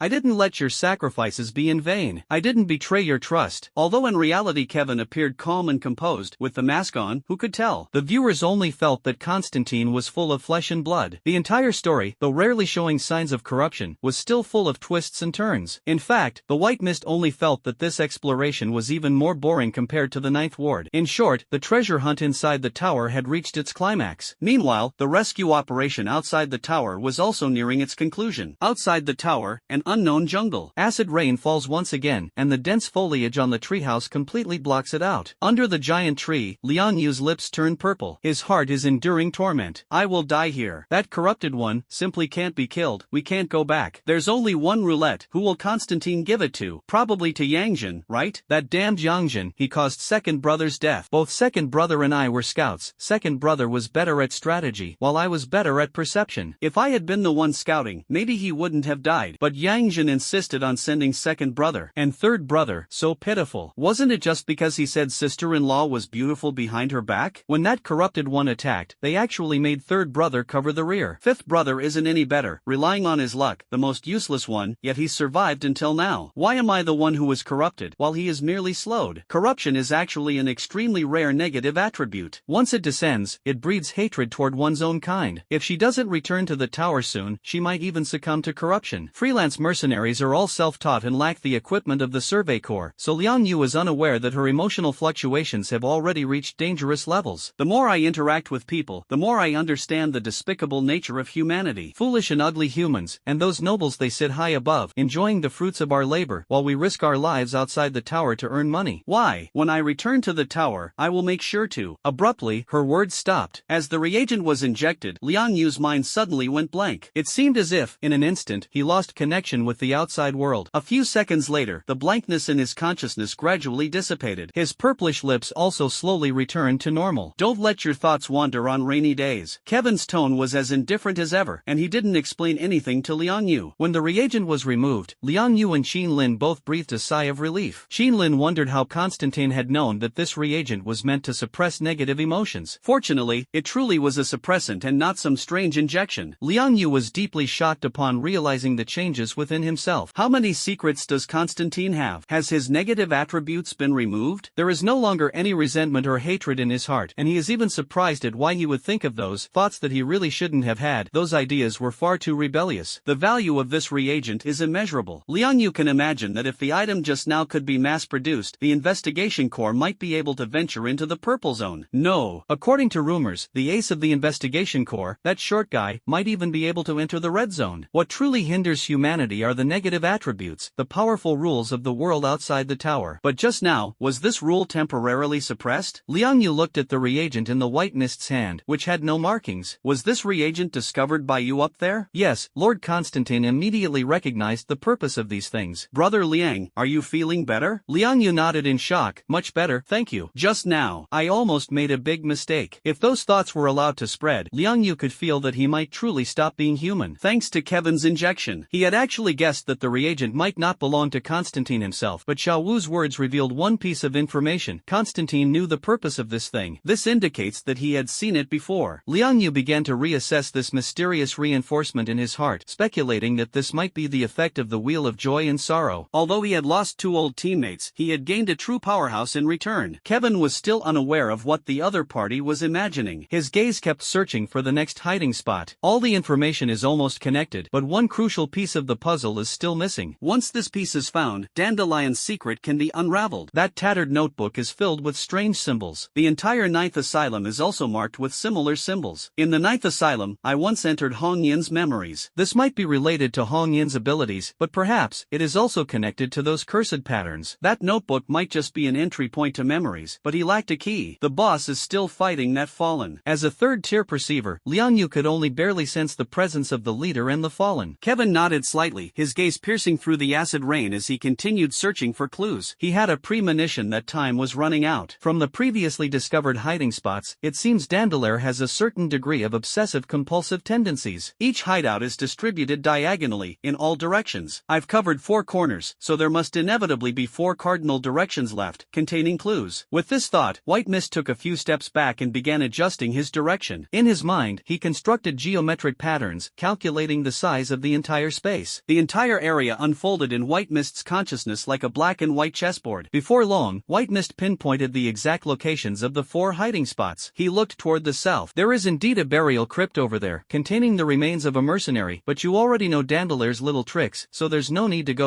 It seems there are also hiding spots in the south. Dandelier has set up quite a few false sources of information. The White Mist looked eastward again. A man with a full beard and someone who enjoys eating people are having a cordial and friendly exchange. Dandelier noticed that the fear of the little bald head and the little mascot was fading, which means the meat is losing its flavor. It is very angry and is about to enter phase 2. Countdown, 600 seconds. The east happens to be the direction of Yangjin and Dandelier's confrontation, and the notes did not provide information about hiding spots, perhaps because the information was relatively minor. Sure enough, the intuition was correct. Dandelier had a hidden move. But what is the second phase? A sense of crisis surged in Kevin's heart once again. 10 minutes, less than 10 minutes left. If he doesn't quickly find Dandelier's weakness, something bad is bound to happen. He looked toward the west. This path must indeed be taken. After Dandelier's death, a gap will appear in this area, but you have to kill it first. In short, this path is blocked. Although this passage doesn't reveal much information, it does confirm one thing: Dandelier itself is connected to the entire area. Could they even be one and the same? Finally, the white mist looked northward. When you see the notebook full of curse marks, you must be thinking the same as I am. Riddler, get out of Gotham City. But fortunately, not far away in that cave, there's something familiar to you hidden inside a book containing Dandelier's secrets. However, this secret might change your perception of Dandelier.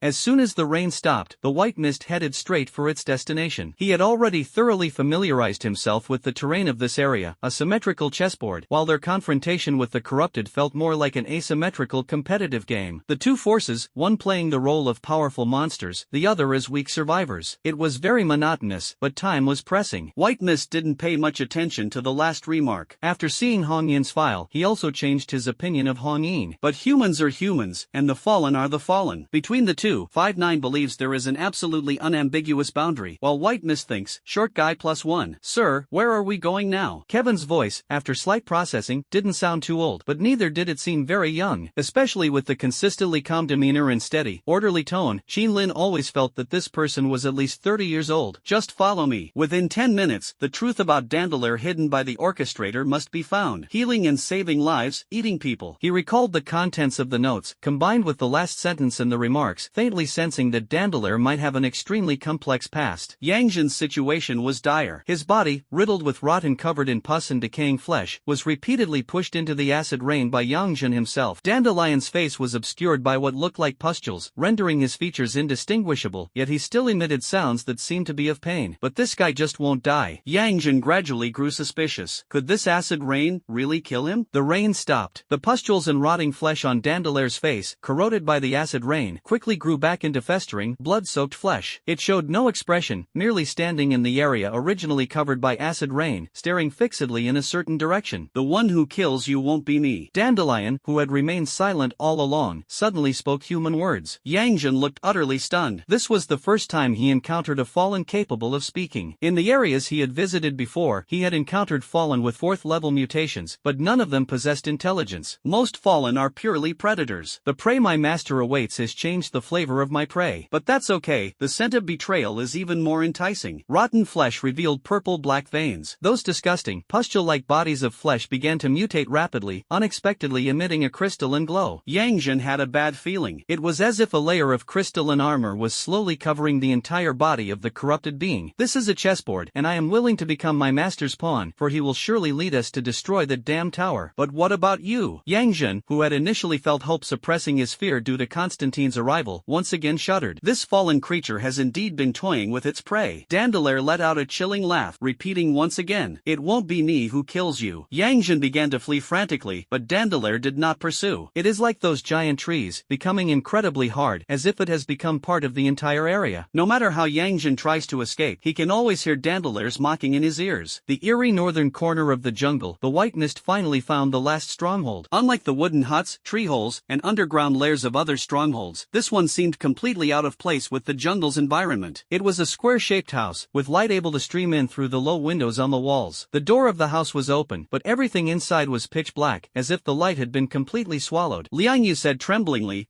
there's someone inside. The door is clearly open, so if there really is someone inside, why don't they come out? Kevin had a bad feeling again. Ever since entering this jungle, he felt as if he were solving a puzzle. The strange chessboard seemed like the stomach of some giant monster. The notes on Dandelion about eating people and curing diseases, the notebook filled with inscriptions, the sudden appearance of humans, and why Yang Jin, Lin, and Liang Yu could influence the outcome? These riddles intertwined, making the whole scenario seem chaotic. From the moment he encountered the three people, and then the skeleton that had been favored, White Mist felt that Dandelier represented an extremely pure form of evil. It was the kind of hatred that the fallen evil harbored toward humanity. Although Dandelier possessed a certain level of intelligence, recalling Elijah from before, White Mist always felt that Dandelier shouldn't be so one-dimensional. Now he had guessed at a possibility. The answer to all the mysteries was hidden in this room. The person is hidden inside the box, and on the box lies a file placed there 2 days ago. My advice is not to open it, but I think you're more curious about the truth. truth. It was set up 2 days ago, and the person who arranged it is most likely the previous owner of the treehouse, that is, the teacher. This house hides Dandelaire's weakness, as well as the teacher's ultimate killing move. It's very dangerous inside, hiding monsters you two can't handle. Stay here, and report to me if there's any movement. Liang Yu couldn't sense the presence of the monster, he only sensed the presence of humans. However, Kevin's words still made Liang Yu and Qin Lin feel repelled by this room. In this way, Kevin could feel assured to go in and investigate. Deep down, he didn't trust these three people. Be careful. Qin Lin nodded. The white mist said no more and its figure disappeared into the house. From outside the house, it appeared pitch black inside, but within, there was a faint glow resembling candlelight. The note was not wrong. Inside, there was a chest, and on top of the chest lay a file. As the white mist stepped inside, a faint voice came through. Dandelaire, is that you? The white mist said nothing, walked to the box, and picked up the file. Hello, investigator. When you tried to kill with acid rain and found it ineffective, I guess you must have realized that this area is not some peculiar jungle. Dandelaire is a child who loves to tease others. His age is actually only 6 months older than Elijah. Speaking of Elijah, I originally thought I should also let you know about Elijah's past, but there is a masterpiece in that hospital that even amazed me. When you saw that little girl, you were surprised too, weren't you? I can't imagine that in such an area, there exists a being with mental strength even greater than mine. I just realized that my actions were somewhat unnecessary. Perhaps from this piece of art, you can learn even more. This was undoubtedly the tone of that teacher. In Kevin's view, the teacher should be a super fallen, perhaps existing in the so-called purple zone, or even the red zone. Those are unknown territories where humans have never set foot, and the world within is far more twisted than people imagine outside the tower. Before the power of symbiosis reaches the level of 5-9, White Mist has no intention of venturing into those areas. However, this teacher's evaluation of Red Een is exceptionally high. He flipped to the second page. The content in the notes is Dandelaire's redemption. Through the curse mark, I can connect Dandelaire with this child they were originally one. Now, please allow me to leave the penultimate riddle of this event. What kind of person would simultaneously possess two experiences? However, speaking of puzzles, the answer lies in the content behind the file. I think after seeing this content, the distance between us will become closer. What kind of person would simultaneously have two experiences? Kevin truly didn't know the answer to this puzzle. He turned to the next page, and at the same time, a familiar feeling quickly emerged. The dim surroundings suddenly changed, and the sound coming from the box by his ear, Dandelion, is that you? Also became ethereal. February 19, 2017. The person wearing a doctor's outfit talked to me for a while today. They told me that life is fragile, and the greatest thing in the world is to sacrifice oneself to save others. Although this process will be painful, everyone will be grateful to me. I will be like the stars on TV, with many people liking me and remembering me. 2017-03-05. I met a nurse sister. She, like the doctor, is a good person, neither dislikes me nor fears me. The nurse sister said I could try making some requests to the doctor. For example, if there's something you want to eat, play, or watch, you can tell the doctor. It's just that my sister seems a bit sad. 2017-03-06. The doctor was surprised why I made these requests, but I remembered my sister's advice and didn't respond to him. The doctor was indeed in a good mood because my sister told me that the hospital's reputation had been very high recently, saving many people with damaged or defective organs. I was also very happy to hear this, but my sister was still upset because the doctor refused my request. 2017-04-21. For many consecutive days, I lay on the operating table. The doctor's expression looked a bit grim because my growth rate seemed too slow. He complained that the demand for orders was growing. So many people were waiting for my treatment, but I selfishly resisted. I feel very sad, very guilty, but I am not selfish. I have been working hard to grow. If only I could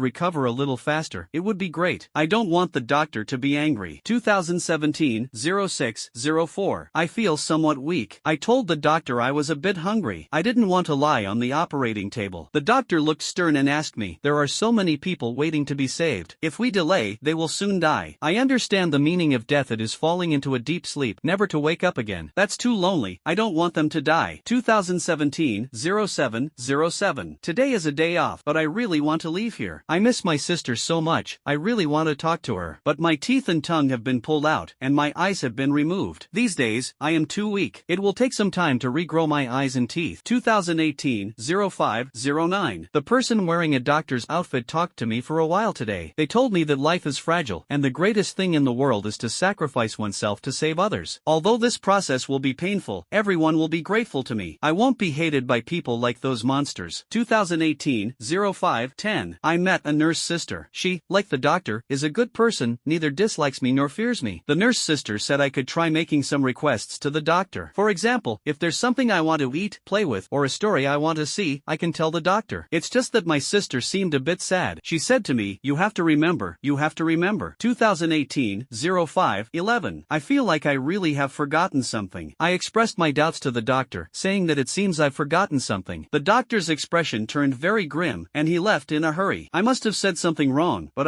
what did I forget? I should have asked the doctor for something, toys, books, food, but now the doctor seems angry, and I can't ask him for anything anymore. I'm really sorry, I made a mistake again. 2018-5.14. Recently, the doctor has been in a good mood and occasionally talks to me. He told me that I have saved many people and that everyone loves me. Although it's always the same sentences, I still feel very happy. The nurse also told me that the hospital's experimental project has achieved great success. In The Lancet, many senior doctors believe that my existence has solved many medical challenges. It's just that the doctor seems very happy, but the nurse looks so sad. 2018-07-05. For many days in a row, I lay on the operating table. The doctor's expression was somewhat grim because my growth rate seemed too slow. He complained that the demand for orders was increasing, with so many people waiting for my treatment, yet I always failed to meet expectations. I felt very sad and guilty, but I wasn't being selfish. I was already trying my best to grow. If only I could recover a little faster. I don't want the doctor to be angry. But why does the doctor say it every time? 2019-01-10. My sister told me that she really wants to spend the new year with me, wants to take me out to eat. She said that I saved so many people and shouldn't be confined in this cold, icy experimental cabin. But I don't feel cold here. I asked my sister, do the people I saved still remember me? My sister's expression was strange. It was clearly a very happy thing, yet she nodded while crying. I'm so happy. They all remember me. They all love me. 2019-01-11. My sister said goodbye to me. It's strange, we'll clearly see each other again. I'm just going to have a surgery. 2019-01-12. I still asked the doctor the same question as before. Will they like me? The doctor didn't respond to me. This time, the scalpel fell on my forehead. Unlike before, it wasn't to remove an organ. Instead, it was to take away my brain. I hope the surgery ends quickly because my sister is very upset, and I want to comfort her. 2019-01-13. The people dressed as doctors talked to me for a while today. They told me that life is fragile, and the greatest thing in the world is to sacrifice oneself to save others. Although this process will be painful, everyone will be grateful to me. I will be like the stars on TV, with many people liking me and remembering me. There is a nurse outside the cabin, and she seems to be crying. Diary-like fragments of memory continuously piece together the truth in the sea of consciousness within the white mist. This child, who possesses regenerative powers, will quickly heal whenever their body is damaged or incomplete. Even the loss of organs didn't change anything. To that doctor, this child was nothing more than a human organ storage. The diary-like memories kept flashing through this horrifying cycle of dismemberment, memory erasure, dismemberment, memory erasure persisted continuously from the diaries beginning in 2017 all the way through 2024. For 7 years, the child clung to the belief that they were a hero destined to save the world. The mutation of the world did not begin with the emergence of corruption but started with changes in the environment. For the world of 700 years ago, the prototype of the tower's exterior had already appeared, and some exceptionally gifted individuals might awaken certain abilities. Absolute regeneration is also extremely similar to Sequence 42, Endless Nirvana, except one belongs to corruption, and the other to humanity. White Mist speculates that at this time, Dandelaire's power should not be the perfect aberration entry, absolute regeneration, but rather the gifted Sequence 42, Endless Nirvana. What people think of as superheroes are mostly those who can traverse heaven and earth, possess immense strength, and save others at critical moments. But Dandelaire is also a hero, at least when it comes to saving others. He has always done well. It's just that he never knew, no one ever welcomed him, no one loved him. By the summer of 2024, this terrifying cycle finally had a break. And this break came from another child. March 3, 2018. Back at school again, the teachers were happy, but I didn't like the way they looked at me. Clearly, I have already recovered, yet their eyes still show sympathy. Shouldn't it be me looking at them with such a gaze? In the afternoon, there was a grade level test. When the test ended, the teacher seemed very happy and asked if I wanted to participate in the provincial competition. I have no objections. At least up until now, the meaning of my existence is to bring some added value to these people's lives. March 4, 2018. Today is still very boring. At noon, I had a dream. In the dream, I returned to the hospital again. I was lying on the operating table, and someone who looked a lot like me was lying next to me. He seemed to be calling my name. What a strange dream this is. April 4, 2018. The frequency of the dreams is increasing, and each time I can only see a part of it. This dream seems to be guiding me to find something. At school, I was confessed to by a girl on the rooftop. This was was probably the most amusing thing that happened today. This girl stuck to me all the way, and I treated her politely, just as my parents and teachers had taught me. But deep down, I feel very disgusted with her. We rarely talk. What does she like about me? Probably she likes clinging to me, thinking it can enhance her value or even change her social class? But she doesn't know that, in my eyes, she looks just like a dish of food. April 6, 2018. Multiple organ failure led me to undergo surgery, but I always feel that after this surgery, I am no longer myself. I had that dream again, and I am gradually getting used to it. Every day, I lie on the operating table with him. His heart, liver, lungs, spleen, and kidneys were all given to me. I even feel that he and I are one. Does he really exist? Mom told me that the organs in my body came from different people and told me not to overthink it. What I should care about is studying hard and earning more money for this family in the future. April 22, 2018. I am getting more and more disgusted with her. When she sees a stray cat by the trash can, she says, "Ew, so dirty, its skin is all ulcerated, disgusting." But in her social media posts, she often shares many photos of visiting cat cafes. She equally despises stray dogs on the street, but when it comes to other people's Shiba Inus, she even thinks they're worth more than the lives of those underperforming students. She thought she had successfully become my girlfriend, and even flaunted it a bit, using me as a topic to show off. This made me even more curious. What does it really feel like to eat a person? May 4, 2018. The scenes in the dream are becoming more and more vivid. I seem to see his face, a person about my age, and we look very similar. He is telling me that no one likes him, no one loves him, everything is fake. I don't understand what that means, but all along, the people around me have always liked me. I behaved obediently, listened well, had good grades, and got along well with women. My father earned some money, so I didn't have to worry about the future. Everyone loved me, everyone liked me, everyone welcomed me. Everyone acted as if they were very close to me. Was it because this way, they could gain some benefits? I really hate them. May 9, 2018. In the previous dream, he and I were talking and laughing, and he would occasionally complain to me about why everyone was afraid of him. But today, he no longer recognizes me. He seems to have forgotten everything. At school, a woman pulled me into the infirmary and kissed me. I accidentally bit her lip, and as her blood slowly flowed in, I suddenly felt the vibrant colors of the world. Life truly is a miraculous thing. I swear I could hear those organs speaking, praising the taste of fresh blood. That was until the woman shoved me hard, her screams wild and desperate, eyes wide with terror as if she'd seen a monster. Hey, what's with that ugly expression? It's just half your lip bitten off. You say you like me, but you can't even handle that? May 14, 2018. Father lost a lot of money and blamed me, saying it caused him significant losses, harmed the company's reputation, and might even affect the company's stock. What a pity. I only got a little taste. But it's not too bad. I no longer have to see her ugly face dividing lives into different ranks. I feel like something is awakening inside me, as if I have found the meaning of life. May 20, 2018. What an interesting day. Today I met an interesting person. The school teachers arranged for a psychologist. They wanted an answer. I was just under too much pressure and did something I shouldn't have done, but that wasn't my true nature. And the psychologist gave them that answer. He is a very interesting person. He told me his name is Kane. He said to me, "Dandelier, from now on I'll call you Dandelier. You're not a good kid at all. You're not really under psychological pressure. You just really like the taste of flesh and blood, don't you?" Kane, Dandelier, such strange names, but somehow unexpectedly intriguing. May 22, 2018. I received my birthday gift, a car, but I don't like it. I'm growing increasingly tired of pretending to be a good kid. In my dream, I became friends with that person again, but I have a feeling that he will forget me again soon. In the afternoon, Kane suddenly appeared in my yard. He came as a psychologist, saying he was here to counsel me. Dad and Mom happily welcomed him. It turned out he knew my birthday and came to give me a birthday gift. He and I took a walk in the garage, and he opened the trunk. It was a burlap sack, and from inside came the sound of a woman sobbing. "Do you like this gift? Awesome." September 19, 2019. Over the past year, Kane has become my mentor. I told him about that dream, and he told me that the dream was real. He told me that there is another version of me in this world. The other me is suffering, and this world owes him greatly. And the meaning of my existence is to reclaim everything the world owes him. January 4, 2020. More and more people began to mutate. On the outskirts of the city, something called Evil Fall was discovered. I am somewhat afraid, but Kane gave me courage. I am a natural predator, and everything in this world is my food. The fallen are, and so are humans. I want to save another version of myself, but Kane told me that the other me still harbors goodwill toward this world, and the time is not yet right. March 4, 2022. The number of the fallen is increasing, although it is still not enough to threaten humanity. Kane also took me hunting some fallen, as well as hunting humans. I don't understand what Kane really means or which faction he belongs to. Kane told me that we only belong to ourselves. If the fallen are evil, then kill the fallen. If humans are evil, then kill humans. July 15, 2023. The changes in me me can no longer be concealed. Having devoured too many people and fallen into corruption, I have undergone some kind of transformation. I asked Cain, am I still human? Cain said to me, is it necessary to cling to being human? Humans will eventually be driven into high towers. Only in this form can they remain outside permanently. Parents and teachers have finally revealed their true faces, and everyone has finally started to fear me. Ha ha ha, it's so funny. They're inwardly furious and can no longer exploit me, yet they still pretend to be pitiful and scared. They want to send me to the 9th Psychiatric Hospital. I know that's the place where monsters are specifically confined. So, I've already become a monster? But their faces are clearly just as ugly. September 11th, 2023. A masked guy appeared in the city. So annoying, so annoying. The city, which had originally reached the boiling point of fear, cooled down again because of his presence. Cain told me that he's a troublesome guy and it's best not to provoke him. When everyone wanted to lock me up in the 9th hospital, Cain saved me and told me that once the masked man dies, we can act and save the other me. July 14th, 2024. Cain said the mutation speed of this world is too fast. People have started lining up trying to squeeze into that tower. Those still outside now are just waiting to die. As for the masked man, he seems to have already left the city, or perhaps he's lurking somewhere? It doesn't matter anymore. The city is in chaos, and some monsters even stronger than me have started wreaking havoc, roaming throughout the city. People are beginning to scatter and flee. Every day near the supermarket, you can see crowds fighting fiercely over supplies. There are also organizations starting to build underground shelters. Cain said this world can last another 3 or 4 years, but after that, it will be hard to find humans outside the tower. If you want to live outside the tower, not together with those food, then you can only become a fallen. Cain and I finally arrived at the hospital in the city center. Many times I wanted to come here, but Cain always stopped me. I finally met another me. The chamber door had long been opened. As an experimental subject, he ran to a place where he could touch sunlight. His crying sounded just like a child. Why is he crying? It turns out that no one knows him, no one loves him, no one cares about him. He thought he had redeemed others and was a hero in people's hearts. But in the chaotic and hurried hospital, no one paid attention to him. Some even showed expressions of disgust. He shouted a woman's name, probably one of the nurses here. He told me that there was a gentle nurse sister here. But Cain told me that there has never been a nurse here. Never. Since the day I had surgery, there hasn't been any woman in this hospital. The journal-like memories continued, and in the end, the white mist saw Cain, whose figure was blurred as if shrouded in a layer of fog, and Dandelier, whose body had mutated and begun to decay due to incessantly devouring others. They finally took away another Dandelier, the one who first awakened the talent sequence, the child of endless nirvana. As for what happened later, Kevin is not clear, but the outline of the matter has already emerged. It was not a case of twin souls. Dandelier's organ saved another child. One of them is supremely good, while the other is supremely evil. Ironically, the most virtuous person lived in the most wicked environment. No one loved him, no one welcomed him, no one cared about him. The so-called nurse sister is like Hong Yin's comb. If this kind-hearted dandelion met Hong Yin, they could probably be called kindred spirits in misfortune. And in the end, when everyone abandoned Dandelion, he did not harbor resentment because of it. From beginning to end, he remained human. As for the utterly evil, he lived in an environment many people dreamed of, possessing wealth, resources, connections, and even the most outstanding external attributes. But ironically, he became corrupted too early. Of course, the appearance of this teacher, namely Cain, played a significant role. If it had been a real psychologist at the time, rather than Cain, perhaps the other Dandelier wouldn't have fallen to such an extent. The fragmented notes were Cain's power, connecting the lives of the two Dandeliers. Now, the white mist has uncovered the final puzzle. Hello, investigator. After going through all of this, I think we have all come to recognize the ugliness of human nature. Let me give you an additional secret. You must be very curious about how Yang Jin, Xin Lin, and Liang Yu ended up here. Actually, it's quite simple. I gave them a little guidance. Kevin was startled. He had already learned one thing. Those who have fallen into depravity cannot approach the tower. They will be directly annihilated by some kind of power from the tower. So this Cain isn't actually fallen? He lives in the tower too? Only the last page of the file remains. This page must hold the secret of the three. Looks like you want me to make a moral choice, using my morality to manipulate me? White Mist had already guessed Cain's intentions. His ultimate weapon wasn't Dandelier, but White Mist himself. It's just that Cain didn't know. The White Mist's heart wasn't heavy at all. As long as I have no morals, you can never manipulate me. He calmly flipped to the last page. Talent sequences and aberration entries are two corresponding forces, but the former is actually more powerful. However, very few people can awaken rare sequences. Although people inside the tower generally believe that the earlier the sequence, the rarer it is, there are actually exceptions to this. Certain specific sequence numbers, when close to each other, can form some kind of combination. Even though they are low-level sequences, in certain situations, they can be more effective than rare sequences. This is quite easy to understand. It sounds Sounds a bit like combo techniques? Or synergies in card games? Kane also gave an example, and this example is directly related to Yangjin and the other two. For instance, sequence 777, Wheel of Joy and Sorrow, and sequence 666, Satan's Kiss, can trigger a combined sequence effect, fortune seizure. This will cause misfortune to befall people other than the two sequence holders within a certain period, while the sequence holders enjoy the benefits of sacrificing others. Isn't it hard enough for the unlucky ones, and now they have to have their fortune drained by the lucky ones? Is there no justice? No law? White Mist had already guessed how things would unfold. Yangjin is precisely the person who knows this secret, and the only one who understands the cycle of fortune extraction. Under my instruction, they learned that a supreme treasure is hidden here, but I also told them that if the team possesses a combination sequence like fortune extraction, the one who ultimately obtains the treasure will certainly not be him. So you can guess, where is the owner of sequence 666, Satan's Kiss, now? Of course, he was devoured by the corrupted version of Dandelier. From this perspective, it is very likely to be the third or second brother. The content here does not mention Lian Yu and Qin Lin. Lian Yu indeed doesn't know. In Lian Yu's view, Yangjin decided to assign some dangerous tasks to the second and third brothers due to some personal grievances, and Qin Lin knew even less. He didn't even know that someone in the team possessed sequence 666. Even less did he know that interactions between sequences could produce a synergy where 1 plus 1 is greater than 2. Additionally, I must mention the various disastrous consequences caused by Yangjin and his group of 5. Once miners, they relied on these two sequences to trigger large-scale mine collapses. Whenever Yangjin decided to carry out a certain mission, he would arrange for the sequence holders to go to the white mining area to absorb fortune. They had done this job more than once or twice. As a result, Yangjin, relying on the strong fortune of his teammates, completed quite a few tasks and accumulated considerable reputation among the freelance mercenaries. It does match. Recalling his conversation with Yangjin, Kevin still remembered how confident he was in his own fame. Of course, fortune isn't everything. They were in the belly of Dandelier, and no matter how good their luck was, they could only be toyed with by Dandelier. According to my preliminary statistics, Yangjin and his group have caused the deaths of over 200 people. Ironically, the mining team regarded them as experienced miners capable of precisely avoiding danger, surviving one mining disaster after another. The freelance mercenaries, on the other hand, considered them highly skilled veterans with a strong reputation at the lower levels, living better and better lives. Unfortunately, there are no ghosts in this world, only fallen evils. And fallen evils cannot enter the high tower. Those who die outside the tower transform into fallen evils, but their resentment cannot harm Yangjin and the others in any way. Yangjin's life will remain completely unaffected. As for Qin Lin and Lian Yu, these two are far from innocent. Although they may not know these secrets, can they absolve themselves of guilt as participants in evil deeds by claiming ignorance? You may not kill Bo Ren, but if Bo Ren dies because of you, are you truly innocent? So the final question is still a multiple choice one. The second phase of Dandelier is about to be completed, and a large amount of gastric acid is about to surge from underground. After all these years, it still enjoys watching its prey being slowly corroded by the acid. In the western part of the entire area, there is a ship that can resist the corrosion of gastric acid. You must keep jumping between the giant trees to get closer to that ship, but be careful not to fall. The gastric acid will dissolve you instantly. But that ship can only accommodate 4 people at most. You can choose to leave directly without answering this question, and I'll assume you've chosen to let them all die. Dandelion will continue to be under my care. Or are you not an emotionless machine, and you plan to take 1, 2, or 3 of them? I look forward to your choice. The file ends here. From the tone of voice, Kane perfectly matches the image of the teacher in his mind. If this is a human, then it means he has lived for 700 years? Having memorized the entire talent sequence periodic table, White Mist instantly thought of a possibility. The other party, like Dandelier, possesses sequence 42, Endless Nirvana. When their body reaches its peak age of growth, they will no longer age and will gain a near-immortal lifespan. In 700 years, did Kane possess other sequences? All of this remains unknown. Moreover, it seems Kane has been to the red zone. That being said, he and the dwarf might be the strongest combatants I know of so far. Time is running out, and the corrupted Dandelion is undergoing some kind of phase transition. The White Mist is also contemplating how to break the deadlock. Thinking of the notes mentioned, someone had set up this place 2 days ago, with similar hints also found in the 9th hospital. This quickly reminded Kevin of something. The traction roulette could return to previously visited scenes, even if the 3-day validity period of the number had passed. But the first scene he visited was not guided by the traction roulette. Why did he still encounter Kane's disciple? Was it a coincidence? Kane seemed to be constantly watching him, but this possibility actually doesn't exist. With Prayer's Eye, White Mist is confident in avoiding any surveillance. From the previous archive content, Kane doesn't seem to know who I am. His initial target might not have been me. Wait, the first one to enter the 9th hospital was the short guy? 5'9"? It was like a beam of light passing passing through his mind, and White Mist suddenly saw the truth. Yes, in recent years, the most famous warrior in the entire tower has been 59. As a human, if Cain wants to destroy the tower, he absolutely cannot avoid 59. At this moment, he suddenly felt that things were developing in an interesting direction. Cain's attitude toward me now doesn't seem hostile. It's more like he wants to test me, or even recruit me. This question is very annoying, because Cain's purpose is not to stump himself, but to measure what type he belongs to. He has already given himself all the answers. Either save none, or save 1, 2, or 3 of them. No matter what, he can leave this place. But none of it escapes Cain's calculations. White Mist could even imagine the next scene of the spinning wheel, Cain with a victorious smirk, saying, "Hello, investigator. You've made an interesting but unsurprising choice." It was utterly disgusting to him, so White Mist was somewhat troubled, unsure of how to choose. From a moral standpoint, Yang Jin indeed deserved to die, but if Yang Jin died like this, he would die as a hero. People remember this man as still being a veteran in the mining team, an elite among mercenaries, while the low-level miners he caused to die still cannot rest in peace. Only the judicial justice that the dwarf believes in can truly bring Yang Jin and others to justice. So here comes the problem. If Yang Jin, Xin Lin, and Liang Yu are to be rescued, then there's no way to take the poor soul in the box. A voice came from the box. "Dandelion, is that you?" White Mist opened the box, and inside was indeed a human, looking about 17 or 18 years old. His appearance was very ordinary, the kind that gives off a boy next door vibe. Even though he seemed timid, there was an air of innocence and kindness about him. Who are you? Where is Dandelion? Where is he?" The moment White Mist saw the young man, he revealed a gentle smile. Suddenly, he had an answer. There will be another update later. Before responding to Dandelion, Kevin organized his thoughts internally. The captain is very likely being targeted by Cain. Yang Jin, Xin Lin, and Liang Yu were led to this area by Cain's lies. How Cain deceived them is not important. However, according to Locard's exchange principle, there must be clues about Cain hidden on them. Therefore, these 3 must survive. The White Mist does not want to remain passive all the time. Occasionally, it must take the initiative to launch an offensive. Only through give and take does the process become interesting. However, considering the previous situation, this ancestor of villains from the Bible most likely just deceived them. There is no treasure in this area. The entire region is the corrupted version of Dandelaire's stomach. The most valuable thing here is the ring I picked up. Right now, I must first deal with the final clue, which is the human version of Dandelion. How did he spend these 700 years? Does he know Cain's secret? The White Mist's gaze fell on Dandelion. Talent sequence 42, Endless Nirvana. Accompanying power, Tier 3, Level 9. For 700 years, he has spent countless years within the tower, never having seen a living person. He witnessed Dandelion killing one human after another, seemingly seeking justice for him, yet he was not happy. And to make him happy, Dandelaire's slaughter never ceased. They were the closest yet most distant of companions. This note was uncharacteristically serious for once. But this piece of information is quite interesting. The White Mist roughly understood the situation of the 2 dandelions. The human dandelion is naive and kind, using their own organs to save the corrupted version of Dandelion. The corrupted version of Dandelion, under Cain's guidance, committed countless evil deeds and completely became a predator. But what is puzzling is that the latter hunts humans to make the former happy. Yet the more the latter does this, the less happy the former becomes. The misunderstanding here must be related to Cain. Looking at the human version of Dandelaire's bewildered expression, the White Mist finally understood the choice it had to make. An answer outside of Cain's arrangements. "Prometheus, I'll call you Prometheus from now on. You really are such a good child. Actually, you've never lost your memory. You just hoped that through one restart after another, reality could change, right?" At this moment, the White Mist began to mimic Cain. 700 years ago, Cain used the same tone to entice the yet to fall Dandelion. "Dandelion, I'll call you Dandelion from now on. You're not a good kid, are you? It's not that you're under psychological pressure, you just really like the taste of flesh and blood, don't you?" The young man froze. It wasn't because of the name, but because of White Mist's words, which suddenly struck at his secret. White Mist's gaze carried a hint of pity. "The doctors despise you. They opened up your brain, thinking you would forget everything. Your behavior also met their expectations, but in reality, you haven't forgotten any of it. Poor child, you're just starting over again and again, hoping to find a different ending in a similar cycle." In this child's memory, there was a nurse who could talk to him. The nurse is very kind, completely different from the others, but the nurse does not exist and is merely another personality of this child. This is the information obtained before the White Mist. But there is a flaw in this. If Prometheus truly lost his memory, how could the nurse possibly say to him, "You need to remember"? The truth is that the nurse remembers everything, and this child also remembers everything. He has never experienced amnesia. But even though he remembers everything, he still hasn't fallen into depravity. The thing that truly makes you suffer isn't the endless surgeries and torment, nor the severing and stitching of organs detached from the body. It's when you finally walk out of the hospital and see the doctors and patients fleeing in haste, not a single single one of them glancing your way. I've encountered many people with split personalities. Some separate good from evil, some divide humility from pride, and others distinguish courage from cowardice. Their two or even multiple personalities are completely different. But I've never seen someone like you. One personality represents kindness, and the other personality is equally kind. I cannot forgive humanity on your behalf, but having endured such pain and still being able to resist falling into corruption, I believe that deep down, you are still waiting for a world where everyone likes you and welcomes you. If you succumb to corruption, that day will never come. Kevin had no doubt about the effectiveness of his speech. After losing his negative emotions, he began to study acting skills, and if necessary, he could even cry on cue. Of course, after this incident, he also realized that he must enhance his companion power. Although the fallen cannot perceive themselves, it may not be possible to encounter another fallen who understands human speech next time. Prometheus, although some have tried to bind you and Dandelier together, attempting to make you believe that he is your other half, it is not so. You and I both know that he is a fallen, and we are human. We may not need to be adversaries, but we absolutely cannot be equated. Dandelier has killed many people. Just outside this room, there are 3 more people about to die, and in the future, perhaps even more will fall by his hand. I believe that if there is anyone in this world he still cares about, it is certainly not Cain, but you. Over the years, under Cain's arrangements, although you have spent every night in the tower, no one knows you, no one welcomes you, and no one cares about you. He has been deceiving you all along. Not just you, he is also deceiving Dandelier, the child who survives thanks to your organs, who could have had the future you have always longed for. But now, he can never return to the tower. The white mist extended a hand and pulled Prometheus, who was lying in the box, up. Stop Dandelier with me, and then let's leave this place together. Who are you, and how do you know all this? Prometheus looked at the white mist in disbelief. My name is Constantine. For a long time in the future, you will stay by my side. I am someone you can absolutely trust. I will take you back to the tower. You will no longer be confined in a cramped and narrow space. You will be able to walk on bustling streets filled with people. I cannot fully know the life you have lived before, but from today onward, it is all over. These words were actually quite ordinary, and Kevin's tone was very calm. However, for Prometheus, no one had ever spoken to him like this before. Cain, in his memory, was a vague figure, someone who issued commands, and Dandelion would only tell him how hypocritical humans were. As for those days in the tower, they were indeed as Constantine described, completely devoid of any contact with humans. It's just like this room. Outside is intense darkness, where even light cannot penetrate. Only inside, there is a faint, dim glow. The white mist indeed persuaded this child. Although in terms of age comparison, the white mist is just a child. During the 700 years, Prometheus was mostly in slumber and does not possess 700 years of life experience. The tools must naturally be hidden in places untouched by corruption. Although Dandelier is very evil, he harbors not the slightest malice toward this kind human who once gave him an organ. Just as the notes suggest, they are the closest yet most distant pair of brothers. Cain also uses Prometheus to restrain Dandelier. Are you real? Could it be that once I leave the room, you'll disappear? What a pitiful child. For 700 years, he had imagined countless people, not just a single nurse. So at this moment, Prometheus's expression was extremely helpless. I always manage to see many kind-hearted people, but in the end, they all leave me. Are you one of them too? A few days ago, he was locked inside a box, surviving by relying on the runes from the broken notes that connected him to Dandelier. After the box was opened, he saw this man who called himself Constantine. He wore a smiling face mask, a strange robe, and was completely different from the people of the past. But just like those people, he knew his secrets, knew his experiences. How he wished these people truly existed, but over 700 years, his hopes had been shattered time and time again. White Mist did not possess certain emotions. He felt a bit lost, but not to the point of sorrow. He had even begun to ponder how to arrange Prometheus. Should he let him join the Survey Corps? Or should he have him join his mercenary team, which only had Trashy Girl Orange as a teammate? Judging by the name, it seemed quite fitting for his team. If he were to join the Survey Corps, then he would need a name with a more normal style. White Mist patted Prometheus on the shoulder and said, without answering Prometheus's question, but instead seriously remarked, "Stop Dandelion, I will take you home." Outside the house, Yang Jin, Liang Yu, and Qin Lin had already met up. They anxiously waited for Constantine to come out, hoping to find a way back to the tower. At the same time, Dandelion had also completed its phase transformation. It could now easily kill all the creatures in the stomach. Today, it is a super evil fallen being whose strength is no less than that of Elijah. At the same time, it is also waiting for that person to make a choice. It loves watching humans slaughter each other. It hopes White Mist can save 1 or 2 people, then watch the rest despair and await death. The resentment when abandoned and betrayed by companions is the most delicious of all emotions. Today's update will be very late. Still outside, probably won't be back until after 4. Might not be able to update until the evening. It's useless. I begged that Lord to make Dandelier stop hating humans, but Dandelier simply simply wouldn't listen. I can't persuade him. He never listens to me. Before leaving the dark room, Prometheus appeared very dejected. For 700 years, he had also tried to make Dandelier stop the killing. But Dandelier not only didn't stop but became even more frantic. The white mist had already guessed the reason behind it. Cain, the biblical ancestor of villains, deceived the two children. He did not convey Prometheus's will and also incited Dandelier's hatred toward humanity. Under Cain's misguidance, Prometheus gave up persuading Dandelier. Meanwhile, Dandelier firmly believed he was helping Prometheus seek justice. TSK, truly a villain worthy of the name Cain. But in his plan, he overlooked the fact that I possess the Eye of Prel. Although the information provided by these eyes is not complete, it is enough for the white mist to deduce the entire event. Without the Eye of Prayer, it is impossible to perceive the connection between Dandelier and Prometheus, let alone orchestrate a defection. The white mist smiled even more joyfully. In Prometheus's imagination, this was a very warm smile, not some crooked, sinister grin. Some things, you need to tell him yourself. The esteemed one you speak of may not be entirely honest. White mist led Prometheus out of the house, and everything in sight transformed from darkness into a twisted jungle. However, no matter where white mist looked, the information received was consistent. Level 7 Aberration Corruption, Aberration Entry, Telekinesis. Rare Aberration Entry, Environmental Camouflage. Perfect Aberration Entry, Absolute Regeneration, Gigantification. Pathology, Weakness. Although it is one level higher than the mischievous ghost, the pathology limits its speed and strength, so it can only match the mischievous ghost evenly. But you don't have the little dwarf by your side. I have 3 suggestions for you. Return to the city, return to the city, return to the city. When Dandelier merges with the environment, everything visible in this area becomes part of Dandelier's body. Yes, without a doubt, every time it's genuinely 3 authentic suggestions. White Mist is very curious who exactly has Dandelier fought against. Both the first phase form and the second phase form exhibit pathological attribute weaknesses. Could this perhaps be left behind by some stronger corrupted being? The recovery ability of the corrupted is not weak, and the diseased attribute on Dandelier seems like a permanent wound. Moreover, this kind of super corrupted entity that transforms into a vast area itself, capable of instantly killing all prey, is only at level 7 mutation. So what exactly is the concept of Red Ian at level 9 mutation? Speaking of which, White Mist has now confirmed one thing: to enhance the companion force outside the tower, one must find a way to extend continuous survival time outside the tower. Prometheus was imprisoned by Cain for 700 years. During these 700 years, he naturally went outside the tower several times, but each time was brief. Enhancing the companion force mainly depends on the time spent outside the tower. However, staying outside the tower for 3 days without returning to the tower and returning midway have vastly different effects. This is also why so many miners at the lower levels, who dig for 4 hours every day, year after year, still fail to reach the second tier of companion force. If the companion force can reach the 4th tier, one becomes a master in every sense. Beyond that, attempting further breakthroughs by simply accumulating time outside the tower becomes almost meaningless. Only by attempting to refresh your survival time record outside the tower can you continue to break through. Yang Jin and the other two finally saw the white mist emerge and breathed a sigh of relief. Who is this child? There's no time to explain so much now. Follow me, the ground is not safe. White mist took Prometheus along and jumped onto the branches of the giant tree. Although Qin Lin was affected by the slowing effect, his strength was much greater than White Mist's, so he was still able to keep up with him. Yang Jin had already adapted to the chaos during the battle with Dandelier. Liang Yu, thanks to the reagent, temporarily suppressed the corruption. The 3 of them were all in a relatively stable state for the time being. They followed the white mist, running westward, weaving through the giant tree branches, somewhat bewildered, until the originally tranquil ground suddenly began to gush forth colorless corrosive liquid like a spring. Relying on the smell, Yang Jin guessed it was acid rain and exclaimed in shock, "Why does acid rain gush out from the ground?" This scene truly startled the 3 of them, and Kevin said faintly, "Be careful, don't fall down. Otherwise, all my efforts will be in vain." Before long, the ground was covered with pooled water. The highly corrosive solution made the few people feel as if they were walking on a bridge, and beneath the bridge was surging lava. If 3 people fell down, Kevin thought this could also be considered as reducing his workload. He had to save people, but if they sought death themselves, that was none of his business. Qin Lin, Yang Jin, and Liang Yu certainly wouldn't fall down. Yang Jin came to his senses. Constantine must have discovered some secret in the house, which allowed him to foresee the environmental changes in advance. Right now, he must follow this person closely. Yang Jin even felt that the clue to the treasure entrusted by the wealthy merchant was in that dark room. But now it was no longer possible for him to return to the dark room, which made him somewhat annoyed. 2 days ago, it was a wealthy merchant who initiated the commission, offering an unimaginably high price to find Yang Jin and have him bring back a treasure. Just the advance payment alone made Yang Jin realize the value of this treasure. Unexpectedly, that very night, the wealthy merchant died suddenly at home. Naturally, the mission was was also terminated. Yang Jin still had the treasure on his mind. Though the merchant was dead, the mission was not over for him. He had to take advantage of the validity period of the area code to go to this area and find the treasure. As for the cause of the merchant's death, leave it to the Genyu Legion. What exactly is going on in this area? Why is rainwater bubbling up from the ground? The white mist did not respond. Carrying a rice cooker and many other strange items made the back of his cloak bulge, making him look like a hunchback. Initially, he didn't think much of it, but during the rapid jumping process, it swayed back and forth, looking quite odd. Qin Lin noticed this bumpy hunchback and asked, "Sir, what is this big bag you're carrying on your back? Is it a tool that can save us?" This sentence was quite something. Kevin absolutely did not expect that the wheel of joy and sorrow would make him act cool in this situation. Right after Qin Lin finished speaking, the bulging big bag on his back suddenly disappeared. "Sir, are you actually a sequencer?" Qin Lin was stunned by the instant disappearance of the item. Spatial sequence? Teleportation? Yang Jin was utterly shocked. Is it telekinesis? A sixth-tier perceiver? Liang Yu gasped in astonishment. Yang Jin and Liang Yu did not discover the truth and began to reassess Kevin's strength. Kevin greatly admired the imagination of these three people. Indeed, within the talent sequences, there are sequences capable of moving objects with thought. Moreover, a perceiver at the sixth tier can indeed use special psychic attacks. But the real situation is, the items became spirit-bound. Just as Qin Lin was talking about Kevin's large bundle of luggage, the large bundle of luggage directly disappeared. Even Kevin himself was quite surprised. It wasn't until the dialogue box popped up that he realized what was going on. The backpack containing the rice cooker, water purifier cup, and camera suddenly became as light as if it were empty. A must-have pocket for traveling out of the tower. Items placed inside the pocket, as long as their size does not exceed the pocket itself, will not take up any space, but there is a weight limit of 20.5 kilograms. However, don't get any funny ideas, living creatures cannot be stored. Spirit level 15s. A freshly minted backpack that had only existed for 15 seconds. Simply put, as long as the item fits in the bag, it can be stored infinitely without taking up any space. However, the item's weight must not exceed 20.5 kilograms. It's possible that there might be upgrades in the future to increase the weight limit. Unfortunately, it cannot store living creatures, otherwise, it could solve the housing difficulties faced by our people. This is undoubtedly a treasure that can solve many problems. In the future, when leaving the tower, it will no longer appear bulky, and it can even hide many unexpected tools for turning the tide. But the white mist is still unhappy. He ran all the way out of the tower to take the blame, but the object meant to carry the spirit was clearly the pot, yet it missed the mark. Last time it was the camera, this time it's the backpack. His obsession with using the pot to carry the spirit deepened. At the same time, he increasingly felt the lucky effect of the Wheel of Fortune. If talent sequences 666 and 777 truly have a combined effect and can absorb others' fortune, then all of Qin Lin's luck is built upon countless piles of bones. The acid rain on the ground is getting heavier. Will we be submerged? Qin Lin was very scared. We're inside the monster's stomach. Don't ask so many questions. Just wait until we return to the tower. There will be a designated place for questions and answers. For now, just make sure you don't fall. Kevin reassured. Yang Jin had no idea that the designated place for questions and answers was actually an interrogation room. Listening to it, he even felt it sounded quite high-end, as if he had latched onto a powerful ally. Soon, they realized the key point: the monster's stomach. During their running, the three of them couldn't help but glance at each other, their faces filled with shock. If this area really is the monster's stomach, then just how enormous is this monster? The three of them stopped talking, obviously stunned by Kevin's reassurance, and their gaze fell on the young man walking alongside Kevin. Kevin's attention was also on Prometheus. Even without that notebook, there was a certain connection between Dandelier and Prometheus. They were certainly not twins of one soul, but it cannot be denied that the wicked Dandelier also had kindness in his heart, and this soul kindness belonged to Prometheus.